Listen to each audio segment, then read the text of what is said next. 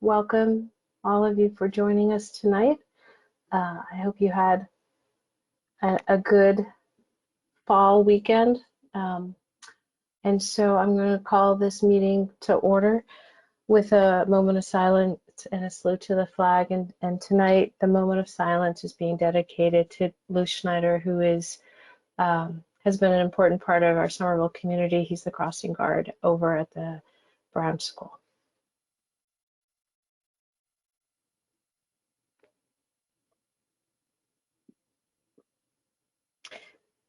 Ms. Barish, would you like to say a few words about Lou? Because I know he's been an important part of the community before we do the salute to the flag.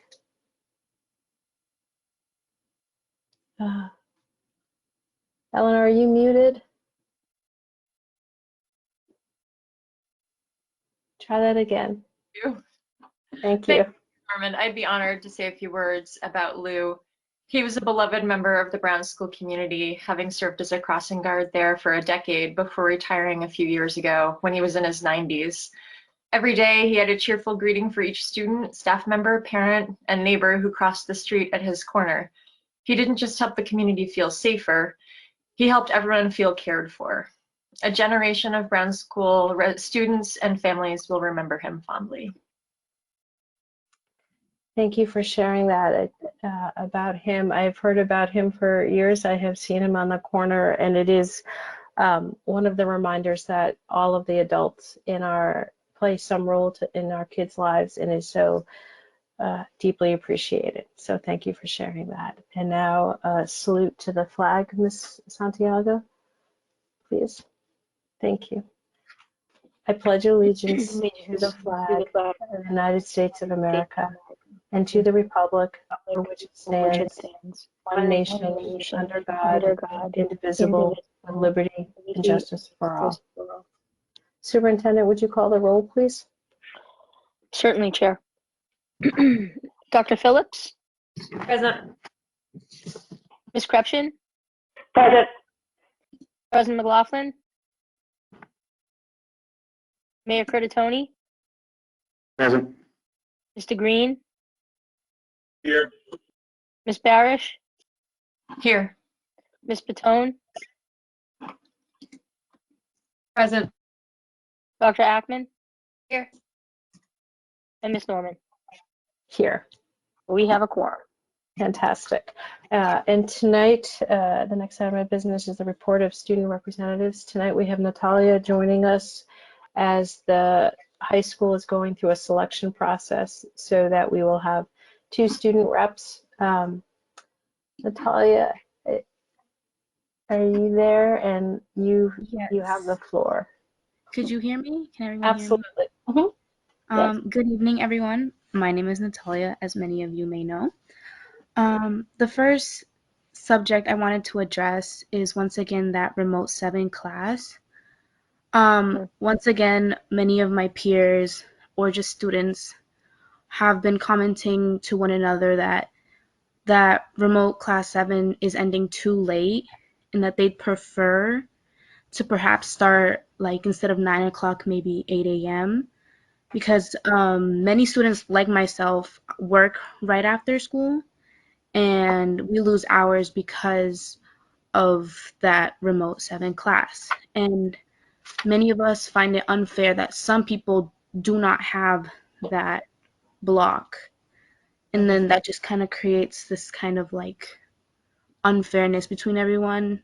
And then many of my peers are scrambling to talk to their counselors to change their classes, to try and get a morning class. And then their whole schedule just gets bumped into different places. So many of us are wondering, could we possibly start at 8 a.m. rather than that 9 a.m. so that everyone has the opportunity to end school at the same time? Superintendent, did you like to say something to that? Through you, Madam Chair. So Mr. Mazza and I will talk to Principal Lagambina and the department heads to see what the possibility of that is. I think that as you know, probably in talking to Principal Lagambina, in order to, the high school schedule is complex. In order to be able to get the classes to work and have everybody have the most potential to have the APs that they had, as well as their music electives and art electives. It sort of necessitated that 7th block. But let us go back and see what the potential is to put it on the front of the day as opposed to the end of the day. Superintendent or Natalia, could one of you give a quick summation, if you're not at the high school, what Block 7 is? Yeah, so it's basically an extra period that some students have in order to make their electives work better. Or, for instance, if they're taking a lot of APs, those are static blocks that you can't move easily because they're one section or two section of them. So the staff came up with kind of this Block 7 as a way to ensure that they can continue to get music elective, art elective, in addition to taking some other kinds of academic courses. But to Natalia's point, not everyone has it. So yeah, let us go back and take a look at it and see if there's any potential to put it at the beginning of the day. Natalia, do you have other items to share with us? Yes, I just have the one last report about fall sports. So for fall sports, they're given until November 1st to have conditioning. So this is time for them to practice and get back into shape before the season starts, which has been pushed into late February.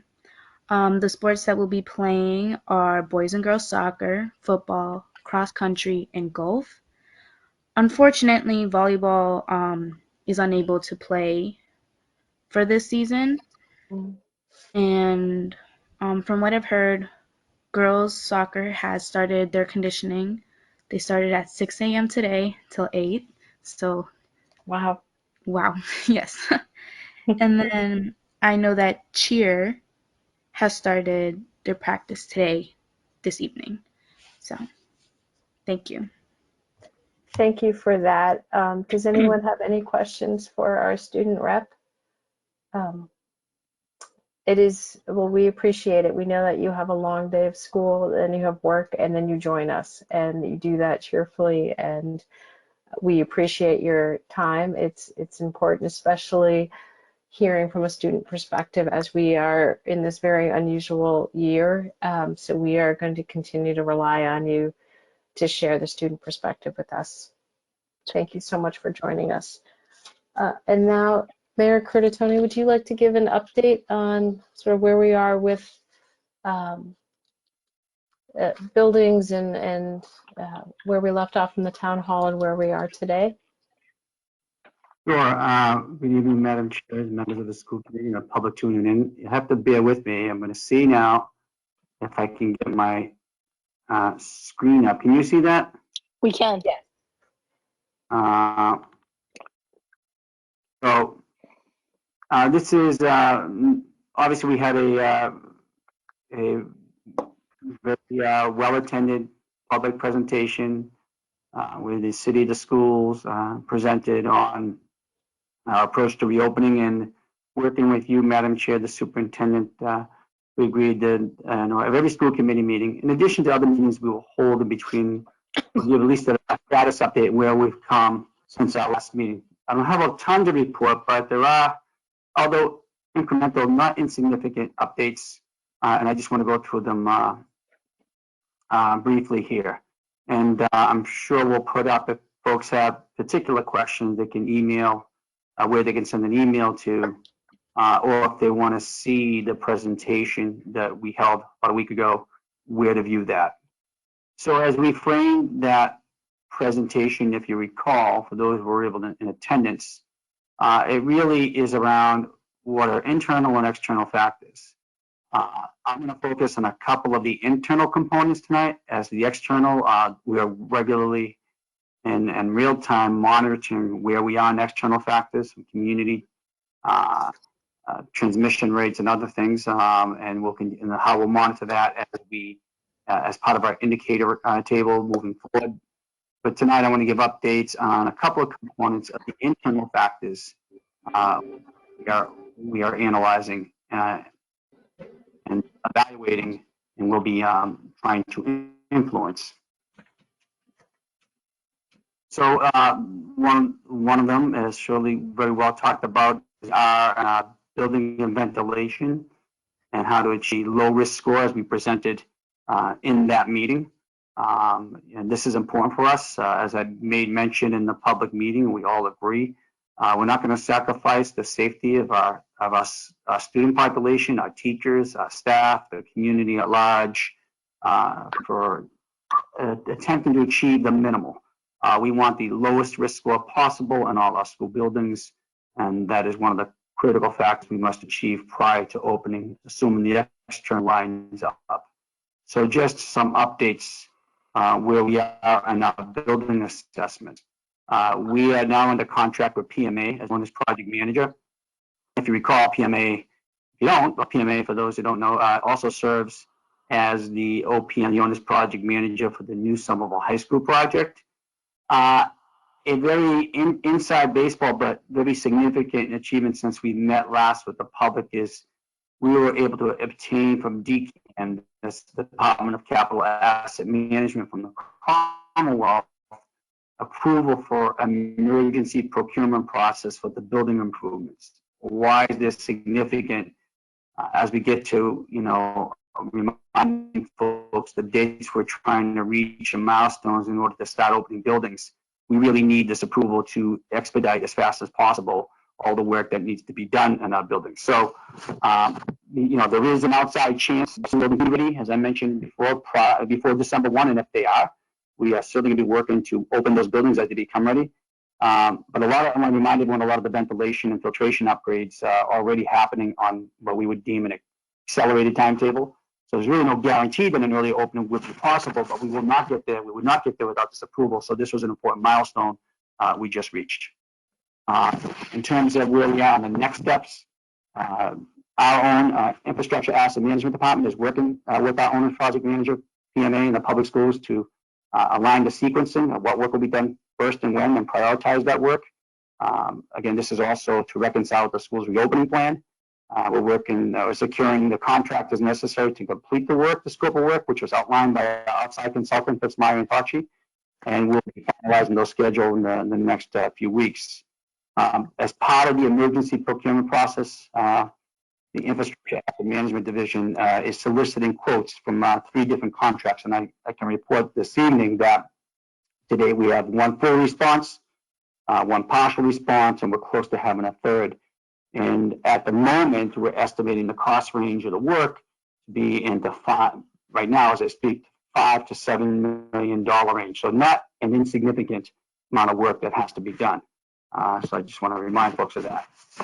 The other internal component I want to comment and update you all on is where we are on developing and finalizing COVID-19 testing and contact tracing protocols and our plan. This is important. These are 2 important components between the building air filtration and surveillance testing that the Commonwealth and DESE did not address, did not have a plan for, and Somerville I submit was in the public schools, along with the city, is setting a standard and priority for.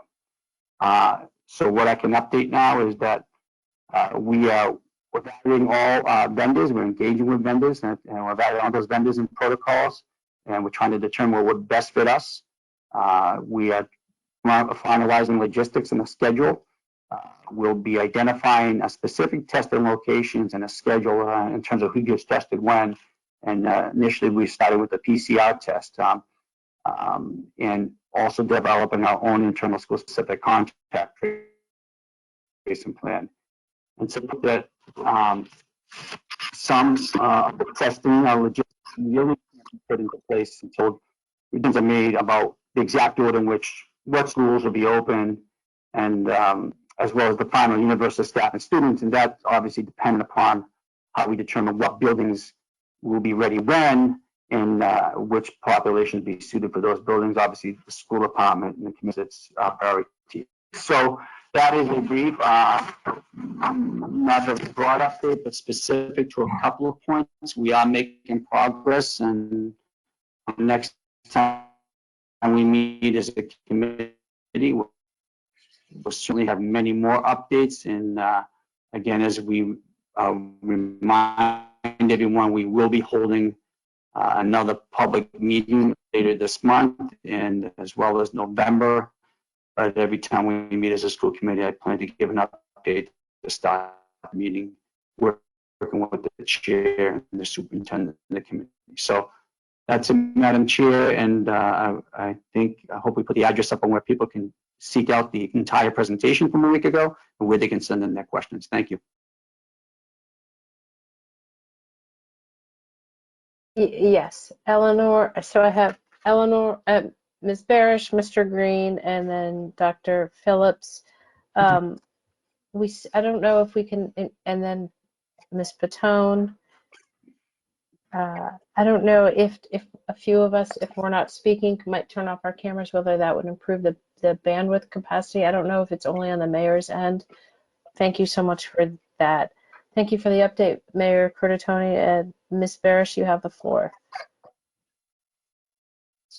Thank you. Through you, Chair, I'm curious to know, is that rough estimate of $5 to $7 million including all of the schools? And by which I mean, would that include the Brown School? As I understand that the Brown School, according to the figures we saw in the presentation by Mr. Raish, the Brown School cannot get to that within that safety zone. So I'm just wondering if the $5 to $7 million includes the Brown School, if it's all the other schools. I do not believe it includes the Brown. I have to confirm, but I do not believe it does. And that's not to say we're not going to work on the Brown to lower the risk. We just could not achieve the lower risk. Maybe at a time, the moderate risk would be acceptable depending what's happening with external factors, but I will confirm that. I just don't think it does. So. Thank you. And Thank you for that. that 5 to 7 million for you, Madam Chair, could change up or down. Rarely does it change to down. Mr. Green, you have a question for the mayor? I do. At the presentation at the town hall, we got the word that, not surprisingly, the mods are actually in pretty good shape. That they would need relatively minor work to be usable. Given that, and obviously I say this knowing that there is a lot of other stuff that would have to happen for something that's to be usable for us as a district, is there any reason why they couldn't be available early as an option for us to use as swing space or sped space or EL space before, maybe before December 1st? I don't know if the superintendent in the chat, if she asked the same question, but through you, one will be utilizing the mods and as the high school is being completed for COVID staging for the high school as well. But to your question, it's a good one and an important one. We are examining utilization of mods, whether those or others, as temporary space, including, I can report for you, Madam Chair, to the good school committee person, as well as other members in the public, other spaces in the community as well, including other vacant spaces, commercial spaces. So we are in that process of exploration on a very rapid pace, speaking to property owners. And again, we are looking at the potential of whether it's those mods or bringing in other mods. I don't know if the superintendent wanted to add to it because she's been pushing this point very strongly and rightfully. Thank you, Mr. Mayor. Through you, Madam Chair. So yeah, this is the question on everyone's mind is what assets we have and in what order they'll come about. So this is something over the next couple of weeks we're hoping to be able to sort of bring together in a picture. We've been walking the buildings with the mindsets of where we could have different programs. We have to consider things relative to the facilities, the bathroom, particularly for special education programming, in terms of the locations relative to where the students in the program are and the transportation of getting them there.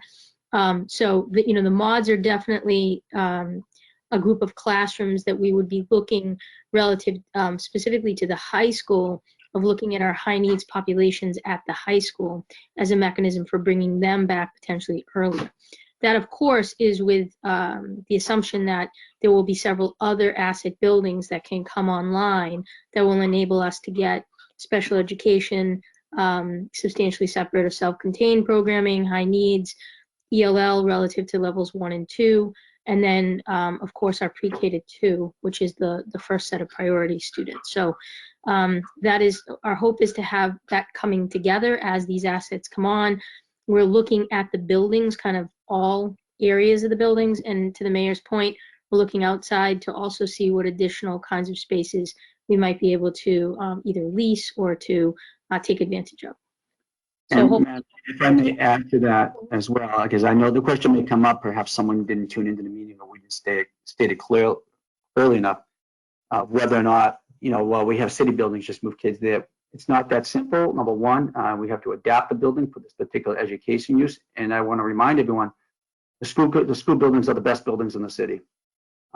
City Hall is still closed and will not be opening for the foreseeable future, as well as most of the city buildings.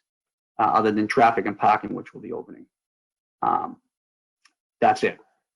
So our best buildings are our school buildings. And it's all hands on deck. The schools are the priority to get open first. Thank you. Dr. Phillips, you had a question? Thank you, Madam Chair. First through you, I just want to appreciate the mayor for coming to make this report and committing to make reports at many meetings from now on.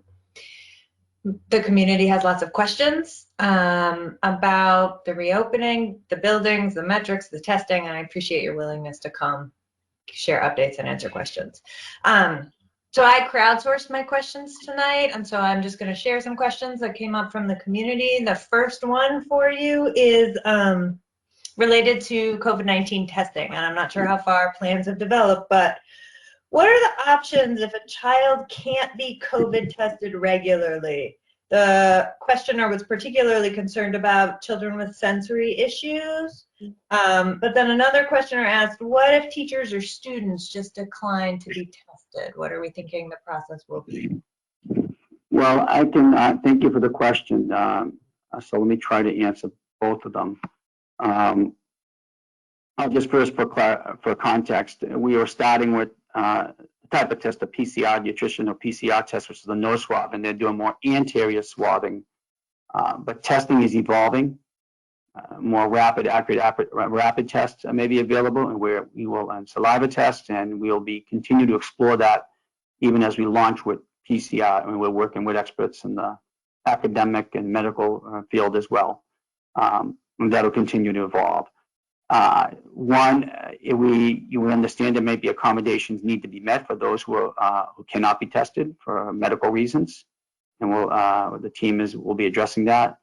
But I want to make clear it will be mandated. You are required, absent of that, you must be tested, and that is a Board of Health. The Board of Health will make that order and mandate, and then it's up to the school to determine what the policy is there. But it's we need to think of the greater good of everyone in the school. Thank you. I'll get back in the queue. Okay, Ms. Batone?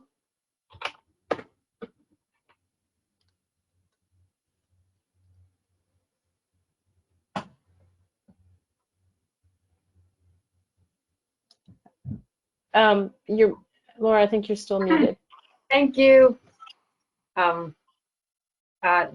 Just a quick thanks again to the chair and the superintendent for putting the time in to have these conversations, and to the mayor for the updates as well. There's a lot of questions in the community about the standards that Somerville is putting forward. I'm not questioning, I don't think anybody's questioning the intent and the desire to have this as low risk return as possible. But there's a lot of confusion, and we know nothing is really coming that's super helpful from the state, but that why our standards seem to be more stringent. And I'm going to use language from constituents, so I hope this makes sense. A belief that some of the building standards are at the level of a hospital, not necessarily of a public building. Concerns about the testing itself in terms of the frequency and the scope of the testing, and questions about who we're using as our experts in terms of infectious disease. So I'm just going to put those out there. I know you spoke to some of it at the meeting. In this meeting, you kind of made a statement of who's tested when. I'm also curious if that testing plan that was shared last time is the same testing plan, or that you expect this possibly to evolve. So thank you. I'm going to take this offline. Thank you. I'm just going to speak more higher level because we did address these in the public meeting, and I appreciate and respect everybody's opinion. One, I have full confidence and more than full confidence in the experts we have gained access to. We are actually blessed to have them in Somerville, as well as they've been advising municipalities from the very beginning of the pandemic. One, why are our standards more stringent?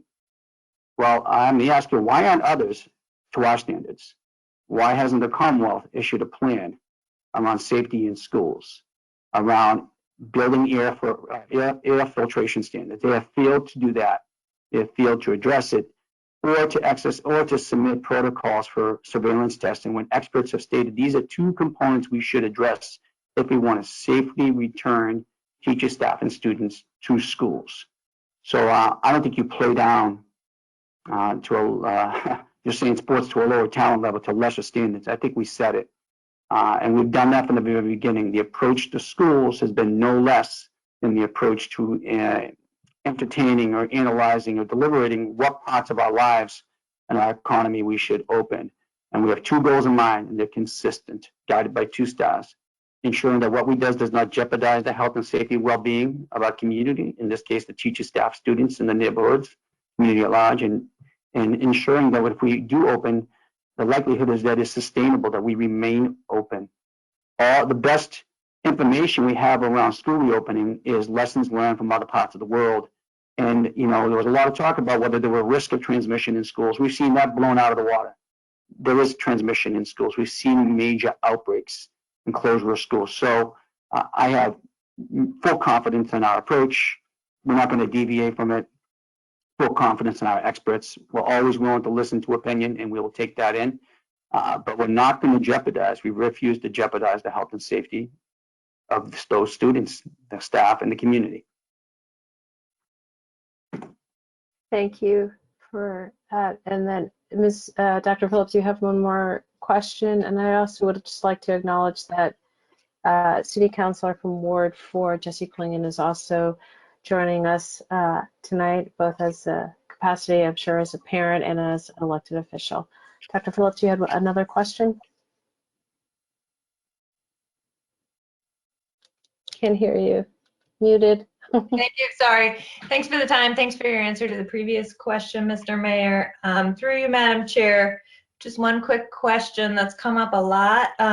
Folks are wondering when the full building status report will be made public. So was that for me, the superintendent? Because I can try to answer. Sorry, that's to the mayor. Sorry, through you, Madam Chair. You know, we will. It's going to be. It's a few weeks away. I'd say 3-4 weeks away. The most important thing we need to do is finalize who the contractors will be. That'll help us understand not just the status, but the game plan for executing the plan. You know, when we can get going on the work, how quickly we can get it moving, and as soon as we select, we'll be very public and report back, and we've selected a contractor. And as we know, for every building, what we expect, and working closely with the owner's project manager, PMA, when we expect how we can get buildings up in operation again. As you can tell, I'll remind everyone, as you can tell from the figures we're talking about spending, it's not a small job, but we will move fast. Thank you. Oh, thank you, everyone, all of my colleagues, for your questions, and thank you, Mayor, for being available to us and keeping us updated in the multiple of forums. So we appreciate that. With that, I'm going to move on to item number 3, approval of minutes. If I can get a motion.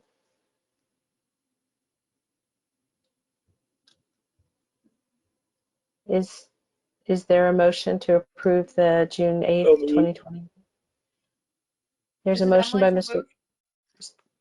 There's a motion by Mr. Green. I'm sorry, who seconded it? Was that Emily seconding it? Seconded by Dr. Green, Dr. Phillips, pardon me. Is there any discussion on the minutes? Can I get a roll call vote on the approval of the June 8th minutes, please? Certainly, Madam Chair. Dr. Phillips? Yes. Ms. Krepshin? Yes. President McLaughlin? Mayor Curtatone? Yeah. Mr. Green? Yes. Ms. Barish? Yes. Mr. Tone? Yes. Dr. Ackman, Yes. and Ms. Norman. Yes. Motion carries. Thank you. The minutes are approved. We're now on to item number 4, public comment. I need to read this, and then we only have 4 speakers signed up, so each speaker will be allotted 3 minutes. So public comment is open to all Somerville residents.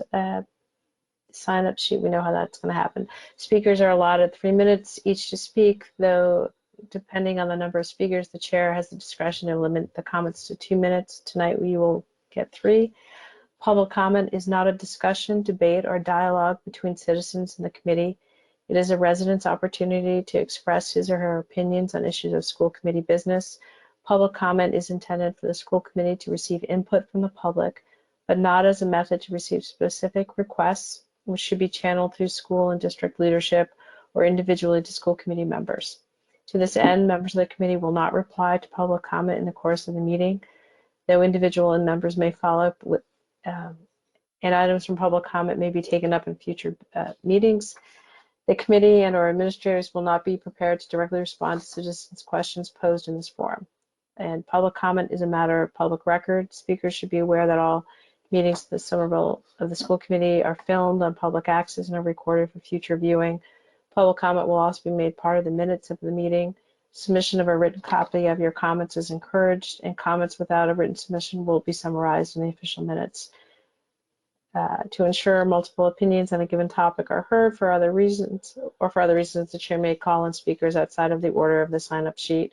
Public comment is not an opportunity to speak about specific employees of the Somerville Public Schools in any way that they can be identified. Any attempt to do so will be immediately ruled out of order by the chair, and speakers will not be allowed to continue. Interpretation services in the district's identified target languages of Spanish, Portuguese, and Haitian Creole will be available whenever possible, and residents are expected to give at least 3 business days notice that they will need interpretation services. To request an interpreter, residents should contact the executive secretary. And with that, we have 4 speakers. First will be Annie March, and then Eiley Conti Field, then Julia Tooth, then Matthew Ellison. And when you start to speak, if you can give us your name and your home address. And if there are any members of the Somerville Public Schools staff who are not residents, that is also, I will allow them to speak. So our first one is Annie March. You have the floor. Hey, can y'all hear me? Yes. Hi. Oh, yay. Oh, it worked. Annie March, 29 Berkeley Street. Remote. Oh, I have kids at Capuano and at Argenziano. Remote learning is going well in my house. I appreciate all the care that's been taken by our teachers and our administrators. Our teachers are awesome. My kids are adjusting, but I think it's going to work okay for us. And I'm worried about kids who cannot adjust to remote learning because of their disability. I would like the school committee, administrators, teachers, STA, service providers to look for opportunities to offer small group and one-on-one outdoor learning and therapy sessions for these kids. And I want that to happen immediately. Basically, if there's a teacher or service provider therapist who wants to meet in person with their students, they should be given a tent and a time and a place to do that. And I think it can be really simple if all those things align. It could just be like a sign out sheet on a tent that a principal puts up. I think it would be great if principals had a plan to offer this, to say to teachers and therapists, if you want to meet one-on-one or in small groups with students, this is what you need to do. And I think always meeting in person should be optional for parents. I want to say that I've emailed the STA president twice about this and have not received a response. And I know remote learning is working well for many students with disabilities, but I worry that it's not working for some students and they are not learning because of their disabilities. Okay, that's all I got. Thank ya.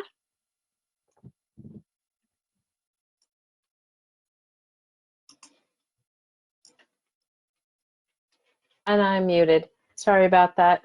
So next up is Eileen Contini Field. Are you there? Hi, can you hear me? Absolutely. You have Okay, the great. floor. Thank you. Hi, my name is Eileen Contini Field. I live at 215 Summer Street. My son is in the first grade at Winter Hill.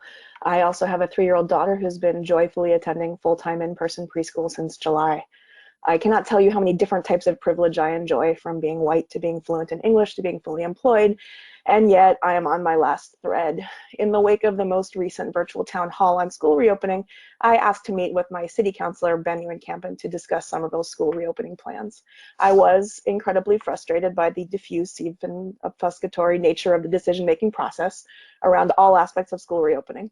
Parents don't know if decisions from when the remote day starts and ends to which buildings need a humidifier and what type and who will service them when they break down are being made at the classroom level, by the school principal, by the superintendent, or by the mayor's office. A functioning democracy should support hearing the voices of the people, but emailing the hardworking members of the school committee seems like screaming into the void, as we have heard back that most decisions are out of their hands. When we met, Mr. Ewan-Campen was polite and apologetic, as he told me that historically the city council in Somerville has taken a hands-off approach to the schools, and that historically this distance has been appreciated on both sides. I want to highlight, though, how much the situation is not normal. Every parent or other adult who has to oversee their SPS child's all-remote schooling, or who is paying in money or basic desperate goodwill for another adult to help them, is a citizen of Somerville whose daily life is being impacted by what is happening and by what is not happening in our city's schools. The towns around us are reopening their schools to their youngest and special needs children, many of them with great transparency around the extensive science-backed safety measures they are taking. And we in Somerville wait week after week for crumbs of information to drop from the mayor's mouth, since no one else has any answers. It would probably be more reasonable to say this at a city council meeting, but this is the meeting I have time to attend, while also working a full-time job and sharing remote learning duties for my 6-year-old with my spouse, with our endlessly patient and relentlessly kind classroom teacher, and with that stupidly blinking monster icon in Class Dojo. In closing, I would like to wish all my fellow Somerville Public Schools remote learning parents, extended family, caregivers, and facilitators a happy National Teachers Day. Thank you all. Thank you. Up next is Julia Tooth.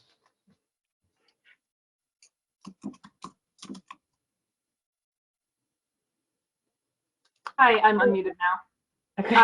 I'm Julia Tooth. I live at 40 Pennsylvania Avenue, and I will make this quick. I'm a mother of 2. I have a 15-month-old, and I have a 3-year-old with autism spectrum disorder who was diagnosed via Zoom this past spring.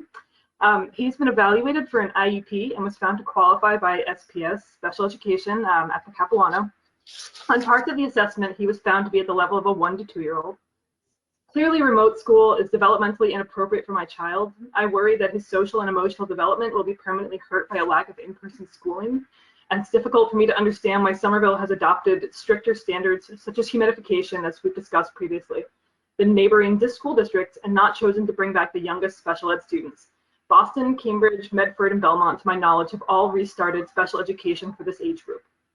I would like to remind all present, for many of us with children who qualify for IEPs or currently have them, there is no other school option, really. I can't send my child to a private school unless they have appropriate special education. The one option that exists for us is far out in the suburbs and would require me to buy a car and quit my current job. Please consider opening the schools that have appropriate HVAC for vulnerable SPED students like my child. Thank you. Thank you for that. And our last speaker tonight is Matthew Ellison. Matthew, are you there? Can you hear me? Yes, you have the floor. Hi, can you hear me now? Yes. Okay, great, thanks. I appreciate the comments of the other public comments, and I guess I have a couple of comments. One just about the inconsistency from the mayor's plan, and I'll give a specific example. So for the record, my name is Matt Grigorsiewicz. I use Ellison for logging on to. It's my wife's last name, and that's the kid's last name. I'm at 14 Ashland Street. So I have a preschooler who was going to go to the SMILE program this year, and SMILE is doing remote-only preschool 5 days a week. Makes no sense. And what makes also no sense is that Agassiz Preschool on Summer Street has been, since the state permitted it to open, has been doing in-person full day, full classrooms of preschool kids, 5 days a week. They all wear masks, and everybody's doing fine. So it's just completely incongruous that the city of Somerville, with all its resources, can't possibly do any kind of in-person preschool, and yet the state permits a private preschool in the same community to operate full blast, full time, much to its credit. They've done a wonderful job. So I think this belies the inconsistency with what the city is doing and the approach the city has taken. The mayor asks why we should be questioning why every other community in Massachusetts isn't being as stringent as him. Respectfully, Mr. Mayor, you appear to be the outlier here. The air quality, air handling guidelines that you are applying to Somerville Public Schools are completely, it's using a sledgehammer to kill a fly. Nobody else is doing this. Concord Public Schools, for example, have kids going 8 to 12 every day, and they're not, to my knowledge, they're not doing that. I don't want to live in Concord. I want to live in Somerville, and we're not serving our kids appropriately. But my bigger point is that for kids, and I've sent my written remarks to Ms. Pitone, kids pre-K to 2 cannot read yet. They don't know math yet. And these are important skills that they cannot learn over a laptop. We have a short window of opportunity here to get these kids to do whatever and parents will do whatever it takes in these for these grade levels. We will do whatever it takes to get these kids in front of their teachers. We'll go afternoons, we'll go weekends, we'll go out into the parks, we'll go out into the schoolyards. But these kids need to be in front of their teachers, and the teachers need to be in front of their students in order to teach these basic building blocks effectively. And we're not doing that, and we're failing these kids. These kids have a significant potential for suffering long-term learning deficits because they're not being taught these basic building blocks at this stage of their neurological development. Once these kids have the basic building blocks to read and do basic math, maybe we can accomplish this with laptop learning. But there's no evidence that this is effective. This is effective teaching over a laptop. Thank you for your time, and I appreciate the work of the committee and the mayor, but please consider these comments. Thank you. Thank you. And that concludes our public comment for tonight.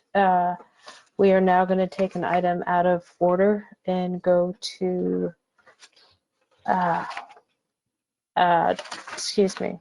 new business, item number 8, new business, letter C, the acceptance of FY 2021 grant funds.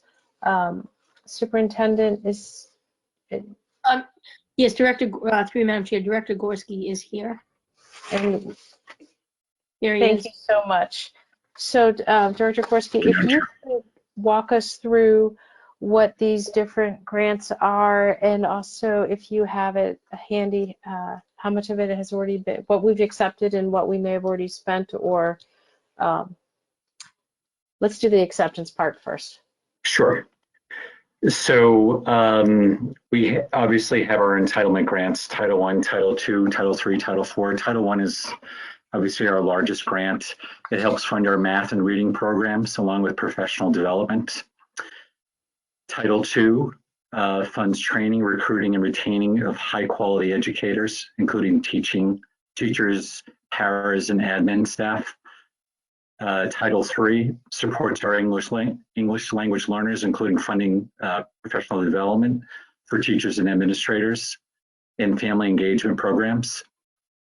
And Title IV, which funds student support services, including funding for AP exams. So those are our entitlement grants. We also have an additional federal program, which is the Adult Ed program, which is a major funding source for Scale. On the state grant side, we have the Behavioral and Mental Health Grant, which funds social emotional supports, especially for our English language learners who are arriving to the District of Trauma. We have an additional the HiSET Scale grant, which again is another funding source for our adult ed program. And then the Community Adult Learning Services grant for $258,646 in additional funding support for adult ed. The Commonwealth's Preschool Partnership Initiative grant, which helps provide funding to support our early education programs. That's one that that school committee may remember as we were going through our budget discussions. There were just some discussion whether the Commonwealth was going to fully support that grant this year, but they have. And then the other state grants that we have are 2 smaller food services grants, which help to fund fresh fruit and vegetables at various schools, other food supports, and some salaries. Thank you for that presentation or an explanation of all these different grant sources. Can I get a motion to accept? I moved. Can you please, please say your name and then so I know who it is? This is Emily, so moved. There's a motion by Dr. Ackman, seconded by? Eleanor is seconding it. Eleanor Barish. Thank you so much. Ms. Barish is seconding. All right, any questions or discussions on these grants? Mr. Green. Thank you, Madam Chair. Through you, as someone who's been pushing for, higher and more levels of transparency in our budget process since our time on school committee, I'm excited to see this change by which we are actually accepting the grants in public open session. I'm just curious to know if there's a reason for it or just constant improvement in our budget processes. Through the chair. I think it's part of our desire to have a more transparent process, but also a desire upon the city auditor that we accept all grants individually as opposed to kind of in a blanket form. Sounds good to me. Are there any other questions or comments on that? Ms. Krupchen. Just curious, through you, Chair, are these similar in numbers to things we typically get every year, or is some of this different or new because of COVID, or? Yeah, that's a good question. Through the chair.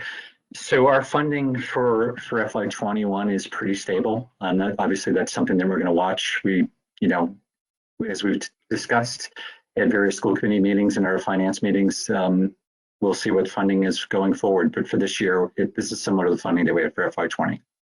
Okay, thank you. Are there any other questions or comments?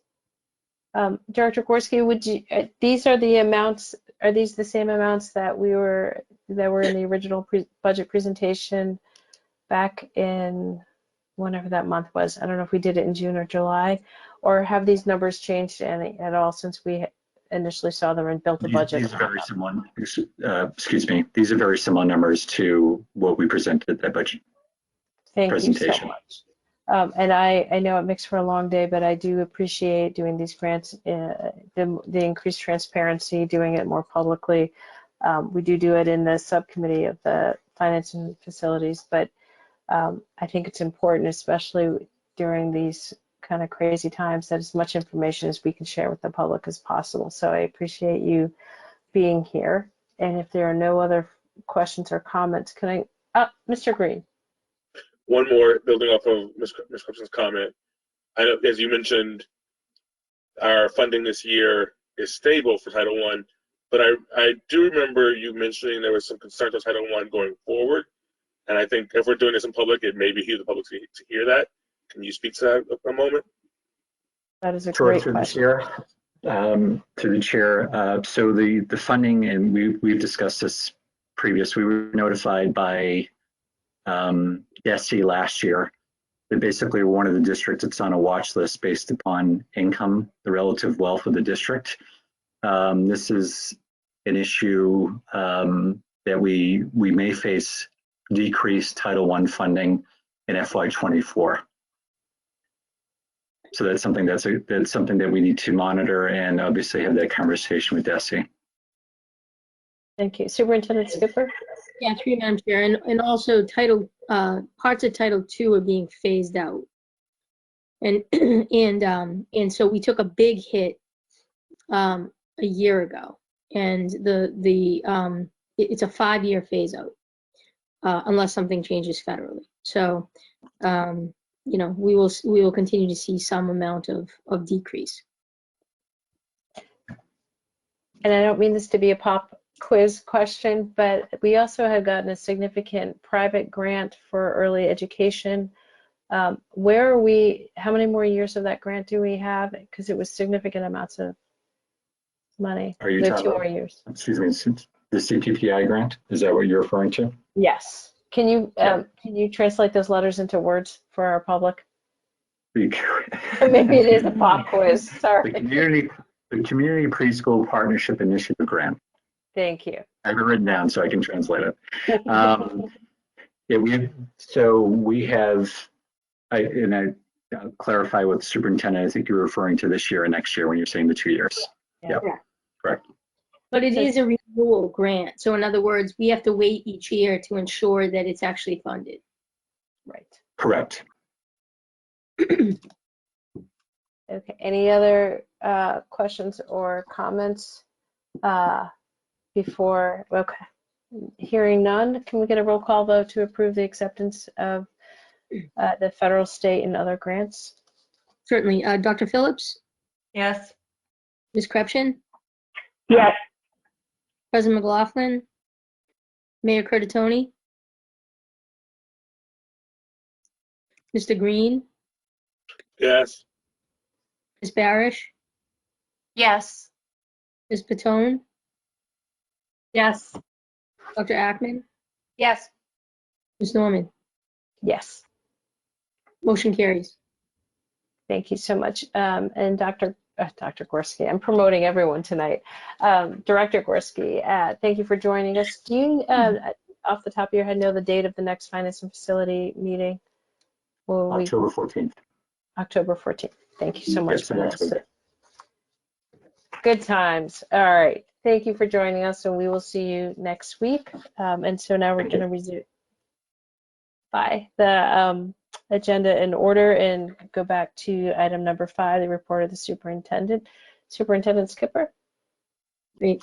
So tonight we are having our what we normally do annually, which is a report out on our summer activity. And we had, once again, Kaylee Smith is our director, so we were very fortunate. And Kaylee actually has a new position in the district, so I'll let Kaylee, who can come on camera, share that and then share a little bit about what happened over the summer. She has a presentation. I know Mr. Mazza also wants to do some introduction and context setting to the presentation. Fantastic. Sure. Thank you, Superintendent Skipper, through you, Madam Chair. As you know, one of the important pieces of our school district is our summer school programming for our students to assist with building skills, making students more successful, building relationships, and getting students prepared for the next school year. In any given year, it takes a lot of time, effort. It is a lot of work, fun work that we engage with students in.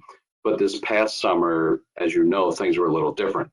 Things were all virtual. All offerings, with the exception of community schools, were virtual, which created its own set of challenges that Kaylee will speak to when she presents. But I will say that I am proud of the work that all the staff did, that Kaylee did, in keeping all programs running smoothly in a virtual environment, which is not easy to do, especially given the time frame in which the planning happened.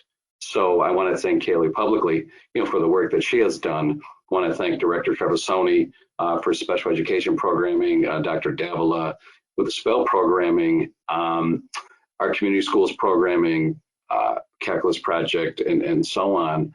But it's work that is necessary, and I will turn it over to Kaylee to present summer school programming for last summer. Well, welcome, Kaylee, Ms. Smith, it is always a joy to see you. You bring such enthusiasm and organization and patience to what is sometimes momentary chaos that can happen when you have kids in schools, and you've impressed me year after year after year with your ability to take it in, respond calmly, and help kids continue to move forward. It is truly a beautiful thing to watch. And when you took over the summer school, I knew good things were going to happen. And this summer, more complicated than ever. And again, you rose to the challenge. So I'm very excited to hear your presentation and always welcome you at the school committee. Are you muted? Let me see if it's on our end.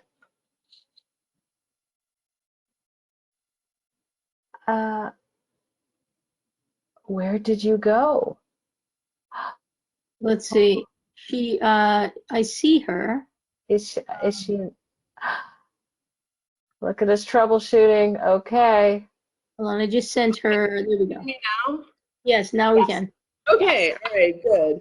This is what Hello. I'm talking about, right? A little bump in the road and you hang through and you just move right forward. Hey, listen, Welcome. if mute is my biggest problem tonight, we're all right. So it's nice to see you all. Thank you very much for your lovely introductions. So I do have a new position in the district. I am the district coordinator of social emotional learning services and supports, and I'm the director of the SEEK program at the Kennedy School, and I'm very excited about that. And this will be my last meeting as Miss Smith because I got married over the summer, and my new— Oh, congratulations. Thanks. So my new last name will be Galatano, so now I'll spend the rest of my life spelling my first name and my last name. So there's that. Let's see. So I'll go ahead and get started with the presentation. I don't know how to share my screen. Oh, who just did that? Catherine? She's magic. She is Okay. magic.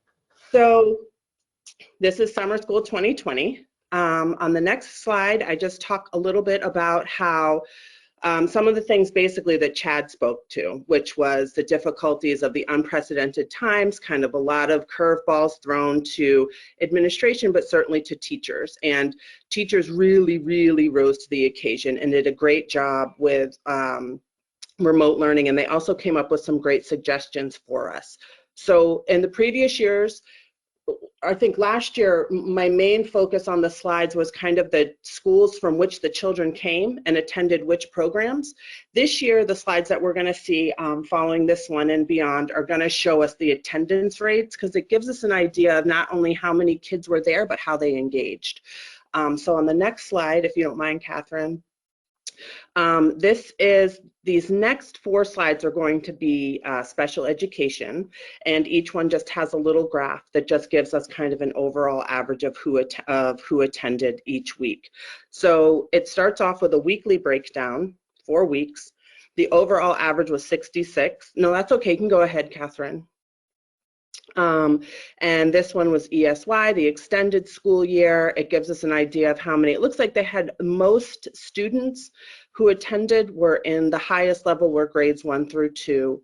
And then it got a little bit lower in their participation rate in grades and the higher grades, grades 5 and grades 6 and 8.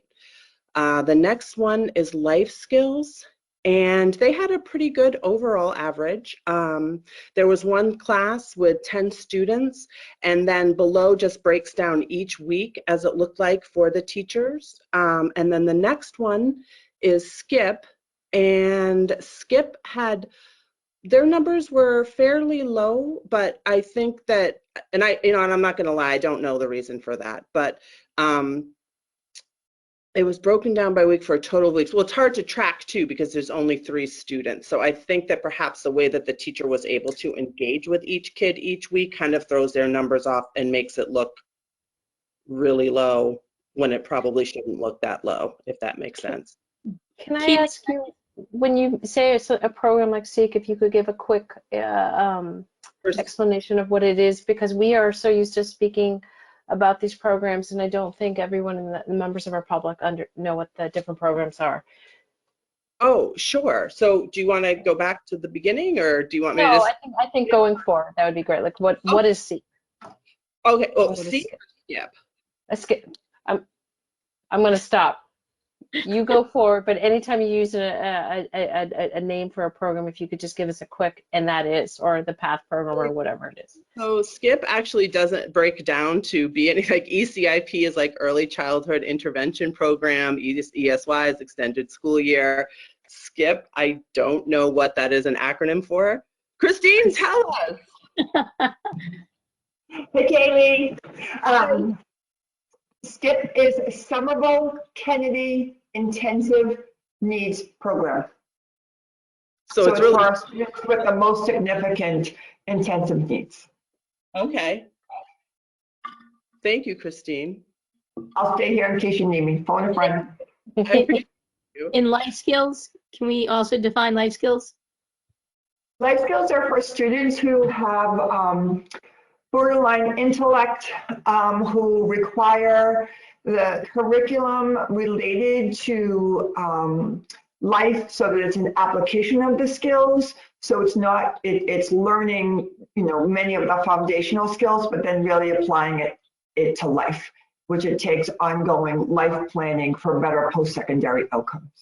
Right. And I think what's important for the audience to know is these are many of the programs that when we refer to high needs special ed, and we talk about wanting to get our students back in phase 2A, these would be the programs that we would be talking about. ECIP, life skills, SKIP, SEEK. Absolutely. Thank you, guys. We can go to the next slide, which I think, yeah, takes us out of special education and puts us into the Somerville High School programming. Hey, Sarah, I see you there. So this is for the Somerville High School. There are 112 students who were recommended for summer school. 6% of those students were from Full Circle. The percentage of the students who were recommended and then registered was 79%. The next slides will show us their little pie charts. Hey, Patricia. And they can, if you want, you can jump in, Patricia, and talk about the high school if you'd like. Oh, you're muted though. I'll keep going until you're unmuted. Oh, I'm not muted now. Okay, all right. I can jump in if you'd like, and if the last slide would be shown, it might be more helpful. Thank you for doing that. So we got 79% of the folks who were recommended for summer school who actually attended summer school. So you have to take that as it is. You know, there were folks who were recommended who didn't end up attending. And then, you know, at the very beginning here, the data on by 7/10, which was like the end of the first week, that you can see there over 50% of the kids were not working. So we got off to sort of a slower start than what you would expect and what we've experienced in the past. That was I think a byproduct of the learning environment, which was difficult for a lot of folks to adjust to. In terms of the green mark there, where, you know, we don't use Edgenuity for all of our credit recovery or summer school learning. The English and the social studies department, they're not using Edgenuity in the same way that, which is our sort of online platform that we've been using for credit recovery in summer school for a while.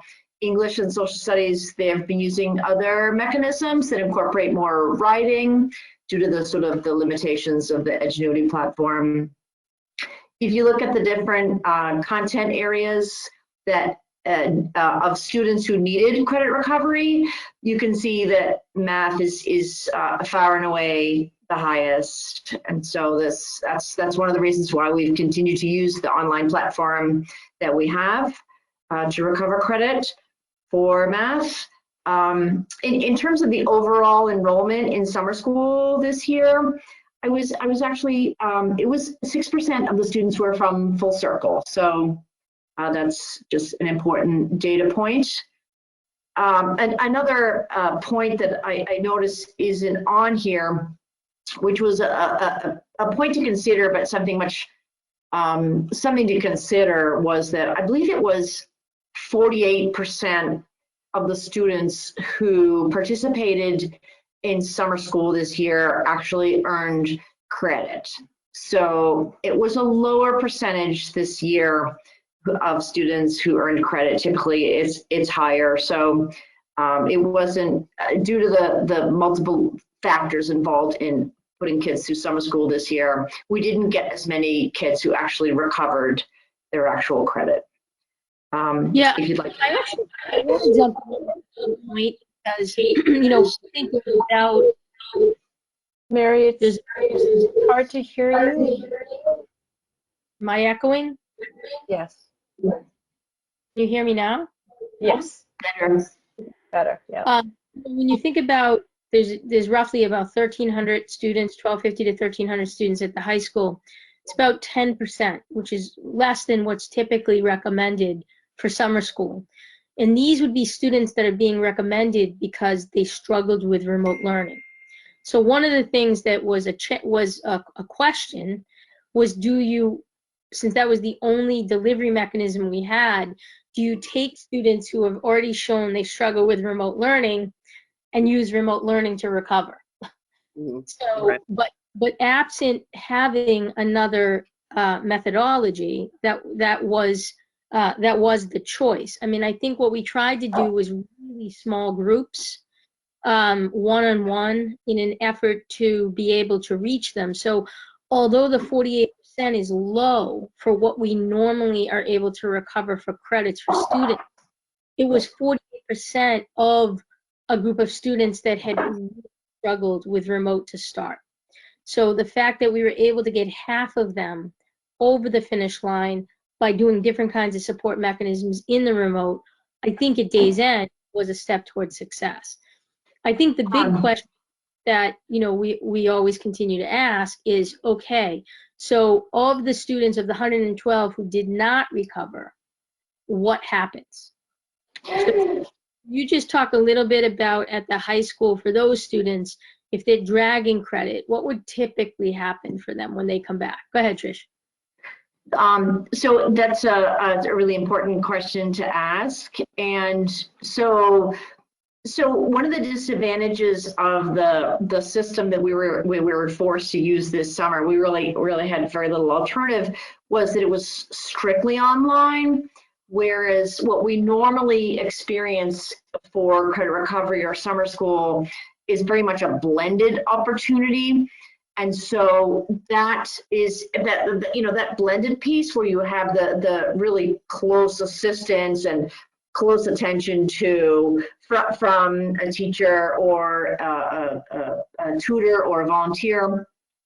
So for the folks who were not successful this summer, they still need to take their Algebra 1 or their chemistry or whatever it is, but now they're in a smaller environment with perhaps a volunteer. It's more of a blended opportunity whereby there's more direct attention and focus from the teachers. So more along the lines of what we were able to do, ironically, in a normal environment, in a face-to-face environment.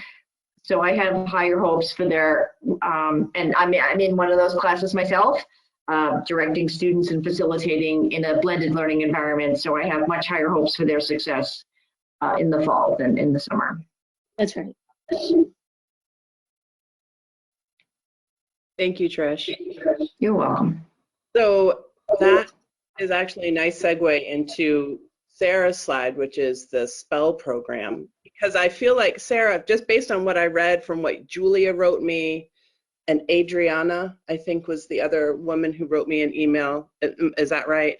Is that it seemed like the experience that was had in the high school program for SPELL, which is a couple slides ahead, if you don't mind, Catherine. I think there'll be like a picture of a little kid, and then there'll be, yeah, sorry, back one. back to maybe, but at any rate, the summer school, it seemed like the experience that you had was very different. It seemed like you had a very positive experience in engaging the students and having them participate. And I'd love for you to tell us, just based on what I was reading, what you all sent me, I would love for you to tell us a little bit about that. You're muted. Go forward one. Absolutely, absolutely.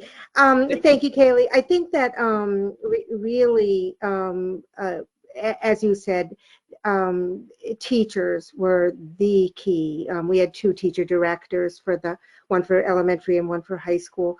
And we made the decision that we were going to outreach to those language learners that did not engage during the spring. So we knew we had, you know, a tough road ahead of us. And those were the students that we brought in, about 50 or so at elementary, 38 at the high school. And these were kids who simply did not engage. So during the spring. So a team of teachers, the directors, Melanie Martins and Julie Allen, and support folks, the liaisons who are now, you know, working full year, and parent leaders outreached to the families and to the students themselves to bring them in. So I think that's really a whole lot behind the numbers.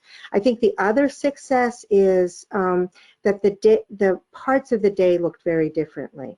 So as we're doing now, we had synchronous learning, we had asynchronous learning, and we had one-on-one. And we found that the participation in the synchronous was absolutely more successful than asynchronous for language learners at beginning language levels. And when we did do the one-on-one, when it was scheduled, rather than drop-in, we had a whole lot more success as well. So the different parts of the day, the efforts to get kids online, the efforts for community building were really successful. And then I think too, we had a unified curriculum focus. And this was from grade 2 through grade 12 or grade 11, rising grade 12, which was on something that was really meaningful, and responded to kids' lives. And our theme was essential workers and social activism. You know, so there was a unifying and personalized connection that kids could make, and, you know, so it was meaningful for them to attend and participate. Thank you, Sarah. Could you also, I noticed that you guys did something for BU Wheelock. Can you just tell me a little bit about that? Yes, so we were so successful that our 2 directors and 1 teacher, Sam Blomberg, were invited to present. They did a webinar. And Kaylee, I don't have the name of the webinar, but it's something like, you know, don't accept failure, or it is success, or, you know, something really kind of a motivating, I wish I could remember the words, but that, you know, we can do this, you know, that the kids that we might assume can't do this can do this. And, you know, if we have that expectation and we design programs that are have ways for kids to engage, they absolutely can do this. That was awesome. Thank you so much, Sarah. I really, I enjoy working with you, and I am so impressed with the work you guys do. I think you're wonderful, so thank you. Likewise. Thanks. And the next, so that'll take us through SPELL, and there's our little shout out. There's the SPELL kids to the calculus project. And on the next page is the calculus project, their graph. I think that from talking with Kenya, I think that some of the issues that she ran into or challenges were not, I mean, they weren't unique to her, really. I mean, it was similar to what we were hearing Trish saying, and just as far as trying to get kids to engage remotely. And I think that was a real challenge and we'll get to, that's a challenge that we know, but as we go through the slideshow, there's also a list of not only things that folks found to be challenging, but solutions that we had suggested for them and things that we did find to be a benefit to. So we can skip to, there's the little people. Community schools had a great showing. The red indicates the percentage, and you'll notice that almost every single week is 100%. So they had a really great showing. They were able to successfully social distance. It looked like the most kids they had scheduled to come ever was, well, 100, but we don't know how that went. So it looks like 96, so close to 100 kids, but they were able to socially distance, and they had a successful summer. They had a good percentage of kids who turned out. Haley, can you just go back? Can you just go back to the calculus project?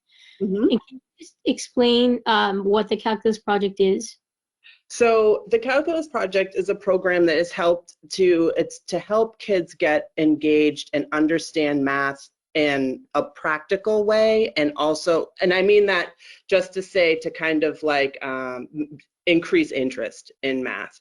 It is what we would hope to do is attract kids who normally would not be attracted to math or told that they're good in math, and try and turn that around. It starts with middle school kids, and I believe it goes up until high school. In the past, it seems like they had a lot more kids who attended last year. So I can only say it's the remote learning. I mean, and the other thing too is I get the information that I have is based on the information that's fed to me. So what my understanding is that it was very hard for them to engage the students remotely. But did I explain the calculus project well, or do you have another question about it? Yeah, no, I mean, I think, you know, in a typical year, the calculus project pairs high school students that have gone through it with, in a mentoring way, students in the 7th and 8th grade. So there's like a real experience for the kids to see other kids that are learning to love math. And we started the calculus project. It is a way to ensure students who were traditionally marginalized from higher level maths, in particular our Black students, our brown students, and students of low socioeconomic, who otherwise might not take higher level maths and have access to it, as a way to do this.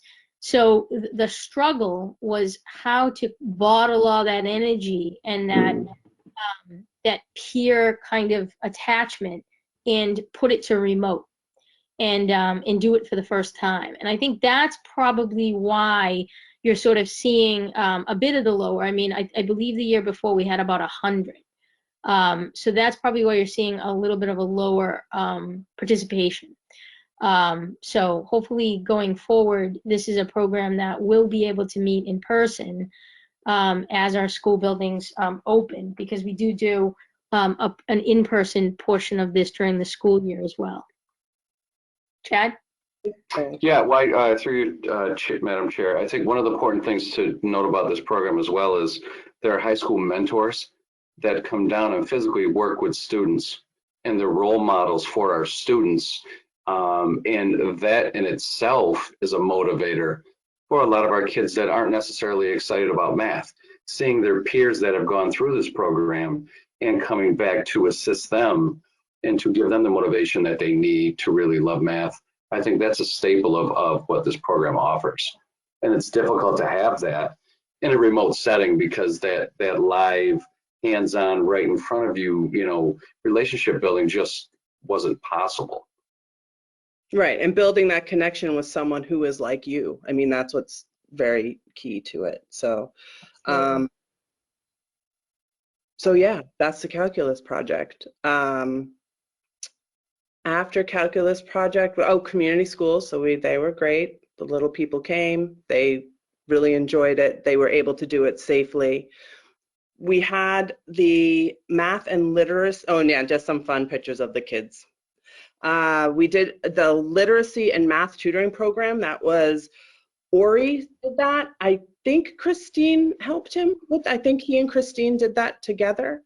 The feedback that I got regarding that was that there was a 98% attendance rate, which was terrific. One of the things I think that really benefited it is that there were one-on-one sessions that we know from here, listening to Sarah talk and in emails and information that's reflected in this that I've gotten from Julie Allen, was that the one-on-one was really key and really helpful, and kids really enjoyed that. Christine, you can talk more about that if you'd like. Yeah, I agree. I'm sorry. I'm just going to jump in because we all live this work and we know you know who Ori is.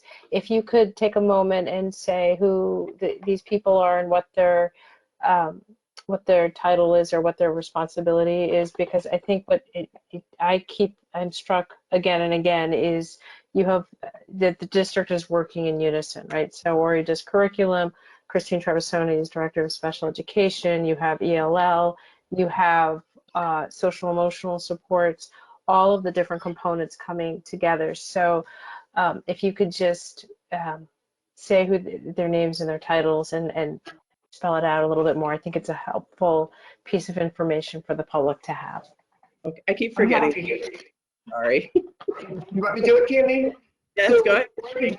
Wally Harrell is the K-8 curriculum coordinator and a great partner along with Sarah Davila and everyone here. We all work very collaboratively together.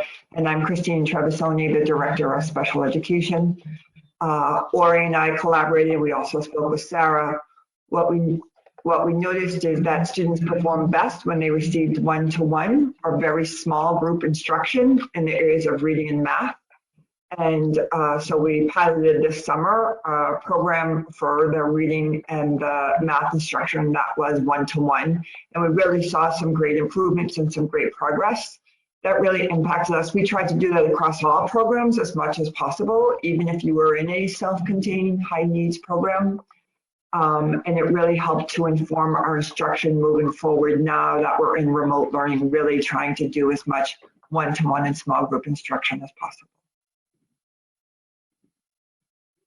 Thank you, Christine. So that brings us over to our summer counseling that we did this year. We offered summer counseling services this year. That's something that we have not done in the past during summer programming. We did it though because of the very unique and difficult times in which we are living.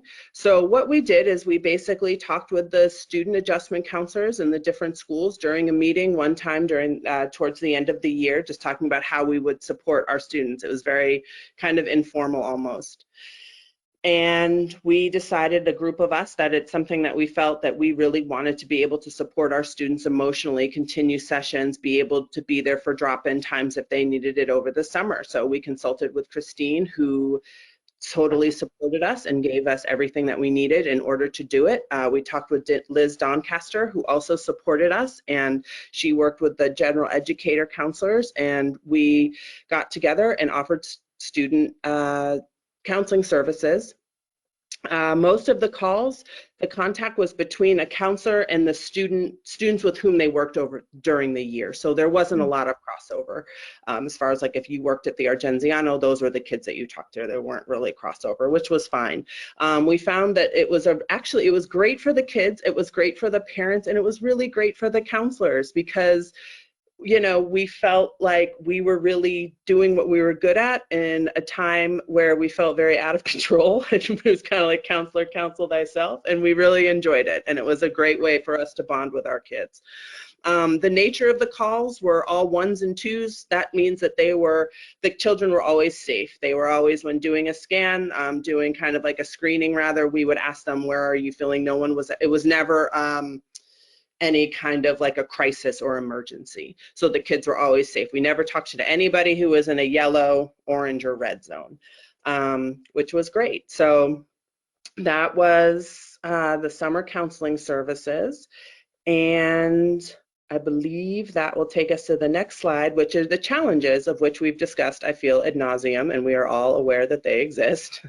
Some of the solutions and suggestions that we had to those were, one I thought was great was A lot of times I think that we assume that kids are good at technology just because they're young, and that's not always true. So I think that when we do give them the devices, which is terrific for them to be able to access it, like they can go to their school, pick up a Chromebook. If there is a way that we could have pre-programmed on there in the favorites bar at the top, if we could have pre-programmed the platforms that we use so that they don't kind of have to search around and try to figure out how to do that. That might make it a bit easier for them. We also thought that providing teachers, as we've heard from all the directors, extra time and maybe even extra teachers, but extra time to plan, similar to how teachers got to plan for this school year. We got those extra days to try and plan for this school year.